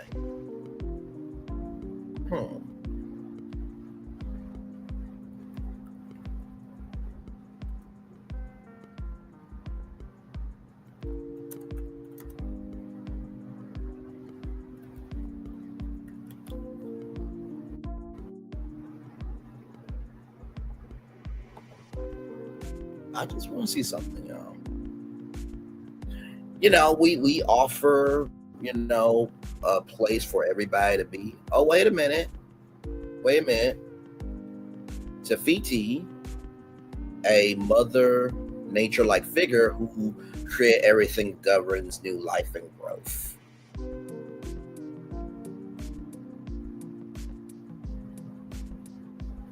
So Polynesians and Samoans who also can be black. But then again, hey, what do I know? I'm just finding factual, actual, smashable information and bringing it to you live on tour on YouTube. Moving on. Is reimagined, draw inspiration from the Taino population who inhabited Hispaniola, now the Republic of Haiti, and the Dominican Republic, and were made extinct after being discovered by Christopher Columbus in the 15th century. A Canada tale is one of colonialism, displacement, belonging, love, and violence. It is through the honest and respectful feelings and reinterpretations of pre-colonial imaginations that dispersers of color of all ages can truly see ourselves represented as an avid wild swimmer who has always felt an affinity and attraction for mere people. Despite being relatively disinterested in fantasy and sci-fi genres, I feel more at home in these nature-adoring narratives that offer an insight into my heritage than I've ever seen in a Disney movie. Excuse me. Shanti is a London-based tattoo artist who specializes in black depictions of ethereal deities. Her mere people, fairies, cupids, and nymphs sit amongst rock pools, toadstools, and flower beds, sporting voluminous afros, cascading dreadlocks, and woven cornrows. Dreadlocks, you say? Now, let me type in something here.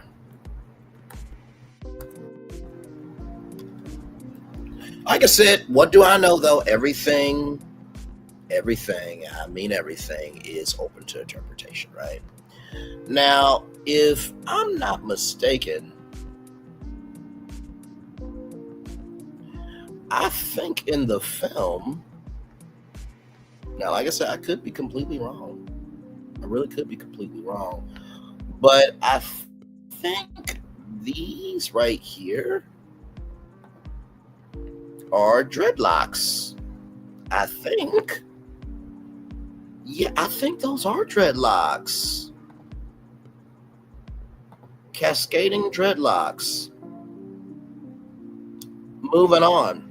It is for these reasons I've always craved a mermaid tattoo, but after one wildly uncomfortable experience involving a white tattooist and a failed attempt at depicting Afro hair, I've been cautious of finding an artist who could dream up a mermaid that actually looks like me. So when I stumbled across Shantae Blue's Instagram, I was overjoyed. Shantae is a London-based tattoo artist who specializes in black depictions of unearthed deities. Her mere people, fairies, cupids, and nymphs sit among rock pools, toadstools, flower beds, sporting voluminous afros, cascading dreadlocks, and woven cornrows. Earlier this year, I had the honor of getting one of Shantae's mere people inked on my forearm. There she sits, listening as the bubbles rise around her, her billowing curls trailing to part of her waist where scales meet skin.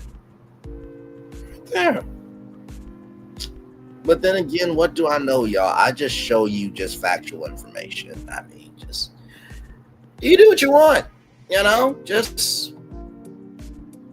be factual when you do it. Catching up over Zoom, Shantae and I discussed her approach to tattooing. It's a form of expression rooted in indigenous practices that predates colonialism as revolutionary potential to claim a sense of identity and belonging. When you get artwork tattooed on your skin, you want something beautiful, something that reflects what beauty is to you. But most of the time, we're only offered images of white faces and features. She says all this does is reinforce the same beauty stereotypes that were forced on us in stories about mere people and fairies when we were growing up. It doesn't sit right with me that you go for a beautiful tattoo and a white artist inks another white person on your arm or leg. She continues, I want people to be able to see their own beauty in my tattoos. It helps me feel beautiful when I'm drawing these stunning creatures that look like me too. It speaks to my inner child who was always into mermaids, but never saw myself in them. Through a decolonizing lens, we can reclaim our voices, stories, perspectives, and imaginations and enjoy a blockbuster movie for what it is. Whether it's through feature-length movies, fictional novels, tattoos, exhibitions, music, oral histories, when we are able to access ourselves and our own cultural storytelling, we are reminded that we never needed the approval of rightness to do so. With the racist rantings of grown adults on social media reframed as inconsequential white noise, we can also relinquish ourselves from the politics of representation and no longer rely on white-dominated industries to dictate when and how our valid need to feel seen is met, much like the ways that Ursula steals the voice of Ariel classic story. The commercialized capitalist legacies of colonialism silence the narratives of our ancestors through a decolonizing lens. We can reclaim our voices, stories, perspectives, and imaginations, and enjoy a blockbuster movie for what it is without feeling uncomfortably reliant on it to speak to our sense of self. So whilst you most certainly find me tucked up on a sofa, my cat secured in the little spoon position, embracing the 2023 remake with a childlike wonderment, I can't help but wonder, wouldn't it been nice to see tales of our own war spirits and Kingdom Mawatas and Oshas depicted on the big screen too. This article was originally published to Unbothered UK. One more article, and then just a bonus fact.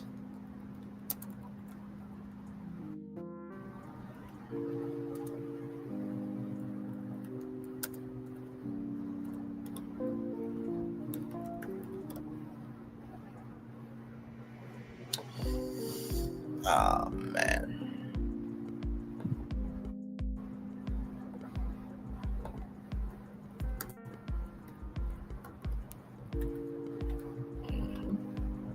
Got that there. Thank you very much. Okay.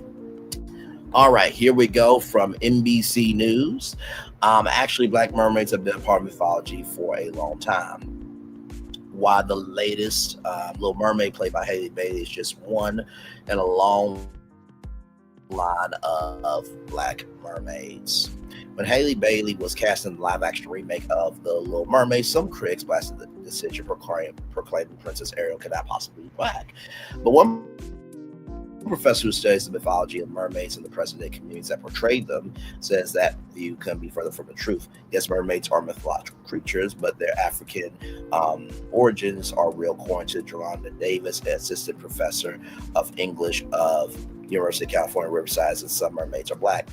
Laura Davis research situates the origin of Black mermaids during the Middle Passage, a time where Africans were enslaved and violently transported across the ocean to North America and the Caribbean. A common motif of mermaid legends is that enslaved people who went overboard transformed themselves into water creatures along with their descendants. African cosmologies, people who were lost to the water could become water spirits. David said water spirits could take people to the water, keep them alive. So history informs myth. Still, according to Davis, because Black popular culture can be overly concentrated on historical dramas, it's important that there's access for Black stories that cover a range of experiences, including fantasy that's not tied to factual reality. The Little Mermaid is being led by a Black actor, but Betty's race is not the point. People often feel like when they're watching something with Black people, read something with Black people, that they need to learn something. Davis said, "We don't have to represent history. We can be anything." After a trailer, The Little Mermaid was released, aside from the vitriol, videos went viral of young Black girls thrilled to see a Disney princess with a complexion that matched their own. It's important because it can open up possibilities for the things we can create, possibilities for our children in terms of thinking about what they can do in the world and what they can create. David said, a pillar of the Black mermaid community is aquatic diversity. She said, teaching Black children to swim to ensure their safety. Among African Americans, especially children, swim proficiency rates are low, largely owing to segregation era policies that deny non-white people to access to pools and beaches. If you don't believe me, watch the Dorothy Dandridge movie with Halle Berry, where she dipped her toe into the pool and they had to drown the whole pool.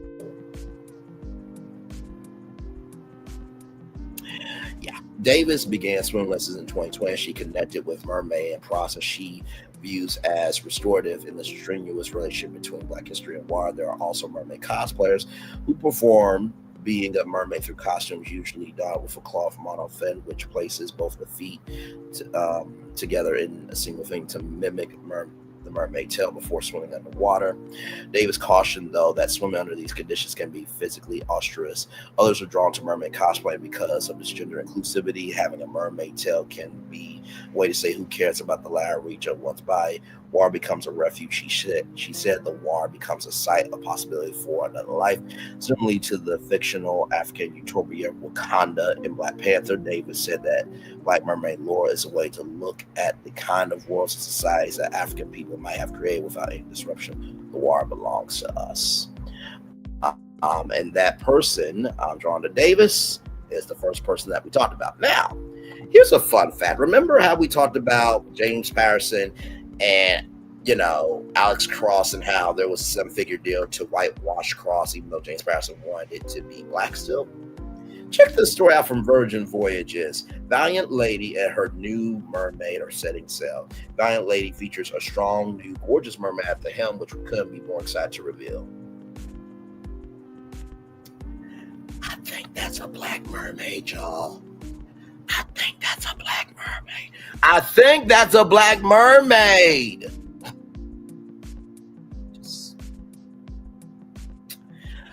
After a year of adversity and adaptation, we are elated to announce our second ship, Valiant Lady, will be hitting the water for Bold Splash in 2022, heading to Portsmouth, United Kingdom, to Europe on 3-night, 11-night, 12-night voyages. Her sailings will be filled with sun-drenched days and moonlit moments inside the gorgeous islands and the stays throughout Spain, Portugal, Belgium, and the Canary Islands, with late-night, overnight stays in Margarita, Palma de Mallorca, Santa Cruz de Tenerife, Lisbon, and Bruges. She'll sail through Europe, seeing the nights come vibrantly alive and watching as the sun gently rises in the morning, giving you, our sailors, the most immersive experiences possible in each destination. Scarlet Lady, like Scarlet Lady who came before her, Valiant Lady features a new, strong, and gorgeous mermaid at the helm, which we couldn't be more excited to reveal. Created by artist Hillary Wilson, the mermaid represents the beautiful tension between strength and vulnerability, a woman who is unafraid of her own power and never backs down. For Hillary, valiance is the balance between the two. She created a gorgeous mermaid who encompasses the energy of a woman moving confidently forward toward her dreams. Hillary's background is in both classical art as well as medical drawing, allowing her to pull from two sides, one that is more creative and less exact, and the other which is, well, extremely precise. That dynamicism resulted in a mermaid that proudly looks like a real woman and a work of art that celebrates the human form in all of its glory. For Hillary, who's the kind of artist that you dream of interviewing, kindness and talent abound, she is inspired by the diversity of people and faces in the world that she has an opportunity to paint. It drives and inspires her creative process. She explained, the breadth of people that live and exist in the world, I feel so lucky that I get to experience them and create art from them. Lucky are we to paint all these kinds of people, to rejoice in the kinds of people that exist in all the ways that you can draw them. And at the offset, we knew we wanted an inclusive group of mermaids that reflect and celebrate diversity. And Hillary knew that this was important to our brand. She expressed that she generally tends to draw her subjects as black, if not otherwise specified, knowing that you don't need permission to make someone black. But truth is that culturally we are used to seeing our models, our brand logos, our depictions of people as predominantly white, and that is something that we need to be purposeful about change so that we can reflect the real beautiful and dynamic world we live in, allowing more than just white people to take up spaces, seeing only themselves and their stories represented. We are so thrilled for the world to finally come aboard and see Valiant Lady, from the mermaid who adorns her to the cities and islands she'll be travel to. We're never more connected about our future, seeing our dreams come to life with her in 2022. And if you're wondering who owns Virgin Voyages, just in case you didn't know, it's a white man named Sir Richard Branson. Like I said, you don't have to go off on somebody. Just showcase the facts. And with that being said, y'all, that is all of our destinations there. Child, what a whole show. Wanted to also show y'all this too, with our Princess Tiana conversation. Because we had a conversation about Princess Tiana on Resort Recon with La Renee Creole. So here it is here. wanted New Orleans. Yeah, see, here's the thing. I'm going to rant about those Imagineers. If they took one true trip to Cafe Du Monde and actually sat there, there's a reason we call it Cafe Do Nothing in New Orleans. All right, you go there and all you do is eat beignets, drink hickory roasted coffee, and people watch. That is what you do at Cafe Du Monde, or aka Cafe Do Nothing. You buy the hickory roasted coffee. Why they do not have hickory roasted coffee in the Magic Kingdom, especially since they have Tiana's Broccoli Adventure, is beyond me. I don't know why they haven't done it, but that's what they should have brought over and put in that shop instead of gumbo seasoning, which everyone in their right mind knows there is no such thing as gumbo seasoning at all. At all. And I will say this about Tiana's Bayou Adventure.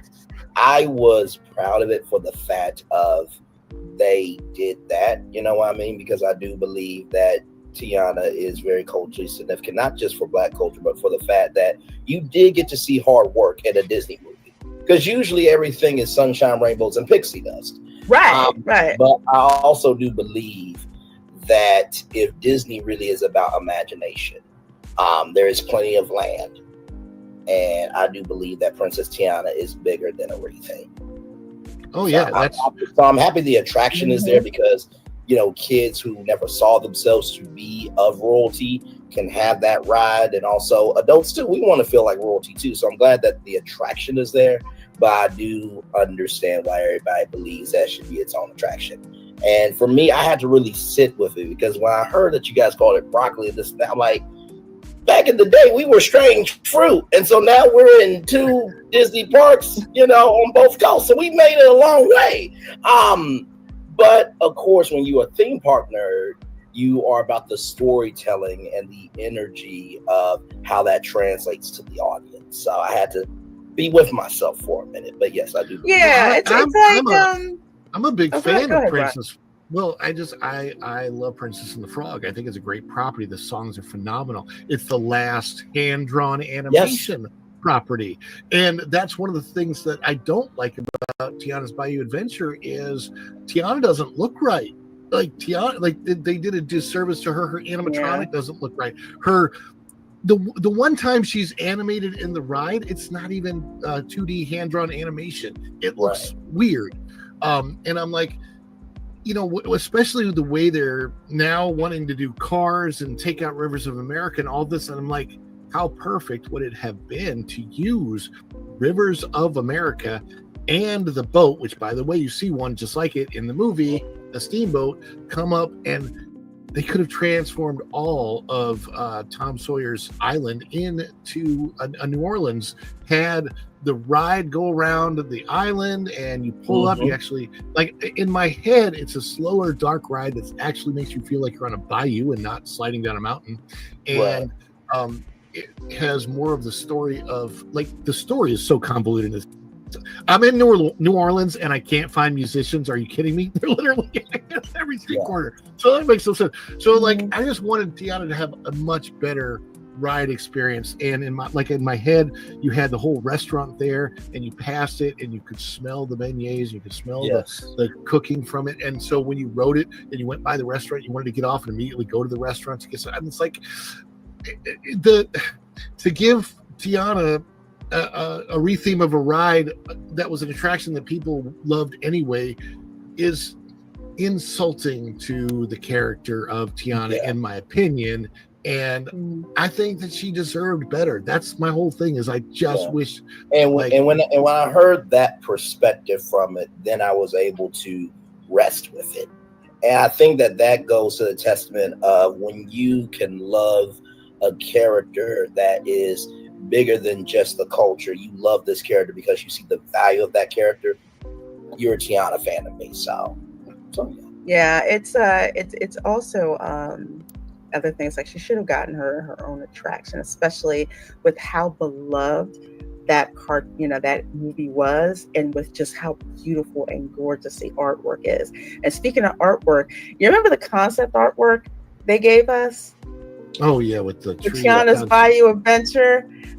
That's what I thought we were going to get. And I think a lot of the pushback, because we do call it, the reason why we call it Broccoli Mountain is because they literally took stuff from Tafiti over at Journey of Water. They literally did this, and everything, including flowers that don't belong in New Orleans at all. And they put it there, and it just looks like this lump of just ugly nothing. And compared to the concept art that they had, that was just beautiful, and it was vibrant. And you saw Mama Odie's boat, and thought we were going to get all this, and it's like we didn't get it, and it's so upsetting because that concept art was gorgeous, and we thought that was exactly what we were going to get. And I think that's what a lot of people are disappointed about. It's just, you tell us one thing and you execute it extremely poorly, because a lot of people, they love the character of Tiana and don't like what they did. I'm sitting there, I'm just like, no, that's not New Orleans. No, that's not New Orleans. You could have did this, could have did that. And yeah, it's something else. And honestly, if Disney has any respect for the character of Tiana, they will go back and they will rework that ride. They could be reworked and also just fixed so that it actually does work most of the time instead of being down as much as that's the thing. They have to fix that ride system. Why they did that, I don't know, but they need to fix the ride system. They need to fix the aesthetics. They just need to do that. There's so much that they need to do, and I really think that they're going to wind up redoing that. But folks, so I wanted to bring that conversation to you guys because sometimes in life I think we attack people a little too much and we don't attack the issue. So I was confused on why they called it Broccoli Mountain. Like I said so articulately in that resort recon of, we went from strange fruit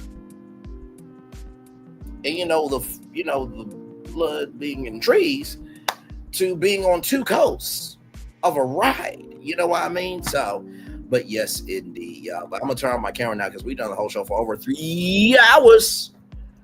Woo, child, what a show today. And to be honest with you, I wasn't even going to do the Princess Tiana story, but when I saw all the research and all the facts that are out there about Black mermaids and things of that energy, I was just like, no, we gotta talk about it. Great idea to keep using narcissism. I will get some toys for tots. Appreciate you for thinking about needing children with the heart emoji. Absolutely. I have some of the best people in the world with my as my subscribers. I really, really do. So yeah. Just wanted to bring y'all something a little bit, wanted to bring y'all some energy with some soul, and yeah. So it's important that we do our research. And finally, here's a positive news story for y'all. Check this one out right here as we get ready to end the show here, because we have been on for about 3 hours now. Right here, Yvette Nicole Brown marries Anthony Davis at 53 years old. The 53-year-old actress married Anthony Davis on December 14th at the Mayborn Beverly Hills in Los Angeles. She was escorted down the aisle by her brother, surprised by the attendance of her father, who has Alzheimer's. Thanks to arrangements made with his healthcare facility, wearing a custom Inez de Soro gown adorned with butterflies in honor of her and Davis' late mothers. Brown enjoyed a heartfelt reception by performances by Leslie Odom Jr. and Denise Williams. Reflecting on her journey, Brown told people, "I never thought what happened to me. My wedding can be an inspirational moment. It's never too late." She added, "When it's the right person, there's no chaos, there's no confusion." So that comes just from the Jasmine Brand. So congratulations to Yvette Nicole Brown. They look like a beautiful couple. They really, really do. Y'all, that is our show. Thank you all so much for hanging in there with me today. I hope you guys enjoyed the show. Like I said, I think the one that really probably angered me the most was the Little Mermaid conversation. But I'm glad that out of my anger, we evolved it to purpose and showcasing research and facts, and also just bringing a space of what if there is another perspective. Like I said, sometimes showcasing information is a better way to cut somebody out than cussing them out. JT being able to perform at Rolling Loud for the first time was absolutely amazing. So happy for her. And everybody is on this journey called life. And, there are pit stops along the way, and there's destinations that you make it to of accomplishments. And so I'm glad that JT is on her journey as she needs to be. ABC News does not need to pay $15 million because the federal judge said, wow, 47 did not grape her. The claims are substantially true. Astro Bot, like I told y'all, Disney, get on that Astro Bot movie with Wally and make that your 5th theme park and get to work, because the fate of the Disney parks is on the line with that. Wicked, we talked about Wicked. It's a great movie. Please go see. You will not be disappointed. I might watch it again because it was that good. Aldis Hodge playing Cross, like I said, the 3rd biggest premiere on Amazon Prime Video in 40 million minutes. Shout out to James Patterson for standing up for storytelling and being authentic for culture to thrive. Cougars, of course, Cougars and Rowan are the best. We had a great time with that conversation. Paula Abdul, I'm so glad that lawsuit has been settled with Nigel Litko. And I hope that Nigel Litko has learned his lesson. And of course, he still has lawsuits galore. Then Jamie Foxx, praying that, recovery is going well. And just go marry Garcelle so we can see a black wedding here in the new year. So with that being said, one love, much love, all love. Like I said, I'll see you guys back here tonight at 6 p.m. for Queen's Court episode 9. We're almost done with it. I know. One love, much love, all love. I feel the love and I send it right back to you. Bye, everybody.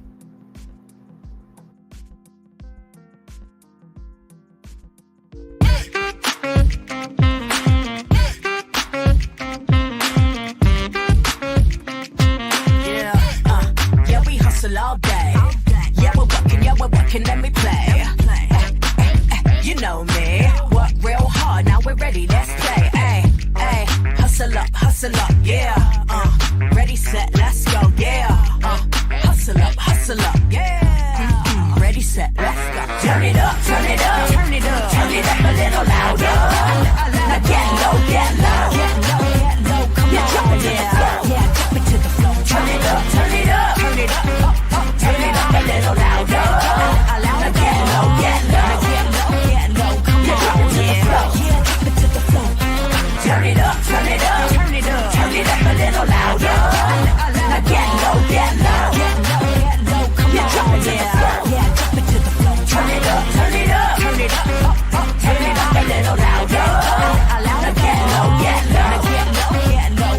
it to the floor. Yeah, drop it to the floor. Turn it up a little louder.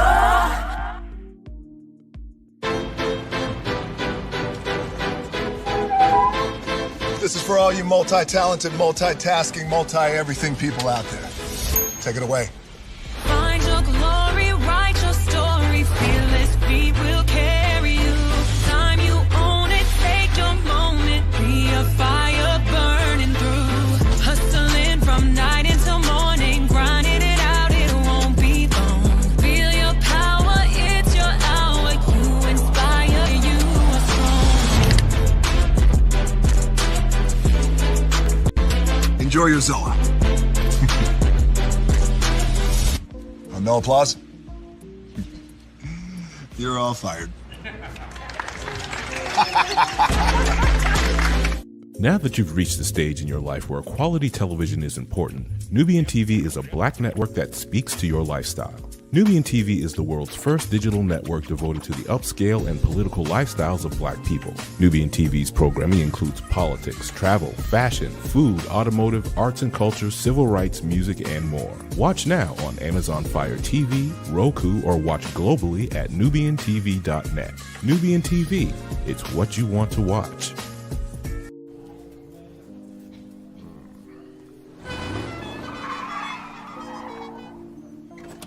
Come with me if you want to live a more delicious life. Oh, maybe we should get in the van. In this world, we don't get to control much. Past, male pattern baldness. Leggies. Got one right now. The urge to puff that bubble wrap. But there is one thing we do get to choose every single day: what we eat. Welcome to the Sonic Department of Research and Deliciousment. We have everything you want, didn't know you wanted, and some things you didn't know were possible. Because we believe if you're not having fun, you're not living free. So come on, let's live a little. Hey, good morning, America.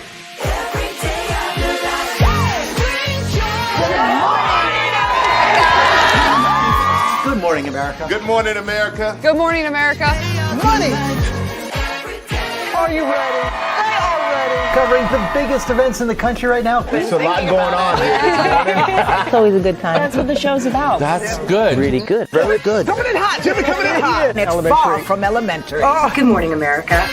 I'm not going to try to strut like Michael or anything. I have known George a long, long time. Have you ever gotten him to dance? Look at that face. You don't just see it, you feel it. I'm in. I'm in. I'm in. I'm in too. I'll be there. I am here and so happy. I'm in. I'm in too. I'm in. That tells you something when Snoop Dogg's in. Michael, George, where? Ginger. Hey, good morning, America. Open your eyes. Think of the one place you've always wanted to see.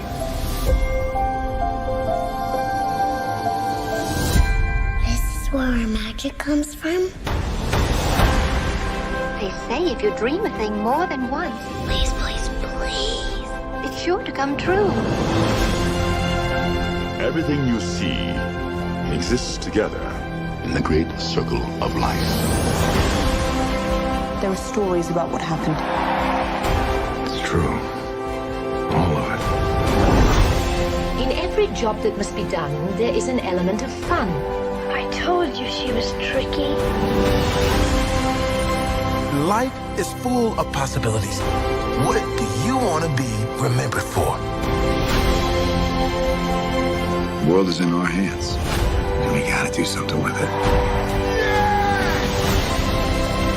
I just want to say a word of thanks to all the artists, the workers, and all of you. The young and the young in heart. You helped make this dream come true.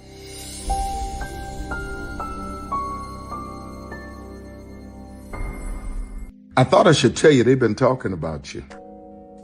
Yeah, they've been talking about you. They've been talking about the fact that they've done everything they could to stop you and everything they could to block you, but you still win. They've been talking about the fact that they have undermined your success and they have tried to sabotage your seasons, but you keep winning. They've been talking about the fact that even though they don't like each other, they get together to try to kill you, but you keep winning. They've been talking about the fact that you were voted least likely to succeed, but like cream, you keep rising to the top. They've been talking about how they tried to burn your world down, but like the phoenix, you rose from the ashes. They've been talking about you. And you know what they say? Oh, she's just lucky. He's just lucky. But no, you ain't lucky. You're anointed. You got something on you. You got favor on you. You got power on you. You were born to win. Now, they can call it luck, but it's grace. They can call it luck, but it's favor. But whatever they call it, it doesn't matter, because you know what God calls you? Do you know what God calls you? A winner. I thought I should tell you, they've been talking about you. Yeah, they've been talking about you. They've been talking about the fact that they've done everything they could to stop you and everything they could to block you, but you still win. They've been talking about the fact that they have undermined your success and they have tried to sabotage your seasons, but you keep winning. They've been talking about the fact that even though they don't like each other, they get together to try to kill you, but you keep winning. They've been talking about the fact that you were voted least likely to succeed, but like cream, you keep rising to the top. They've been talking about how they tried to burn your world down, but like the phoenix, you rose from the ashes. They've been talking about you. And you know what they say? Oh, she's just lucky. He's just lucky. But no, you ain't lucky. You're anointed. You got something on you. You got favor on you. You got power on you. You were born to win. Now, they can call it luck, but it's grace. They can call it luck, but it's favor. But whatever they call it, it doesn't matter, because you know what God calls you? Do you know what God calls you? A winner. I thought I should tell you, they've been talking about you.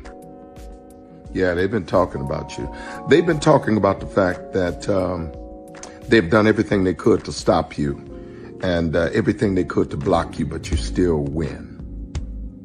They've been talking about the fact that they have undermined your success and they have tried to sabotage your seasons, but you keep winning. They've been talking about the fact that even though they don't like each other, they get together to try to kill you, but you keep winning. They've been talking about the fact that you were voted least likely to succeed, but like cream, you keep rising to the top. They've been talking about how they tried to burn your world down, but like the phoenix, you rose from the ashes. They've been talking about you. And you know what they say? Oh, she's just lucky. He's just lucky. But no, you ain't lucky. You're anointed.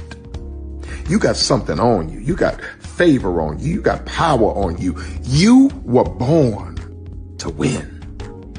Now, they can call it luck, but it's grace. They can call it luck, but it's favor. But whatever they call it, it doesn't matter, because you know what God calls you? Do you know what God calls you? A winner. I thought Caesar. Just look at him. Politician. General. Author. Ruler. Man.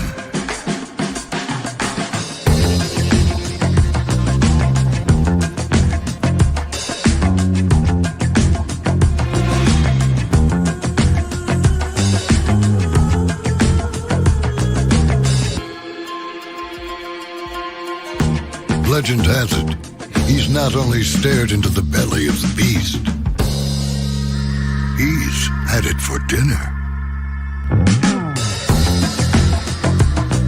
Here he's free to relax, or party, or relax, or party, or relax, and party.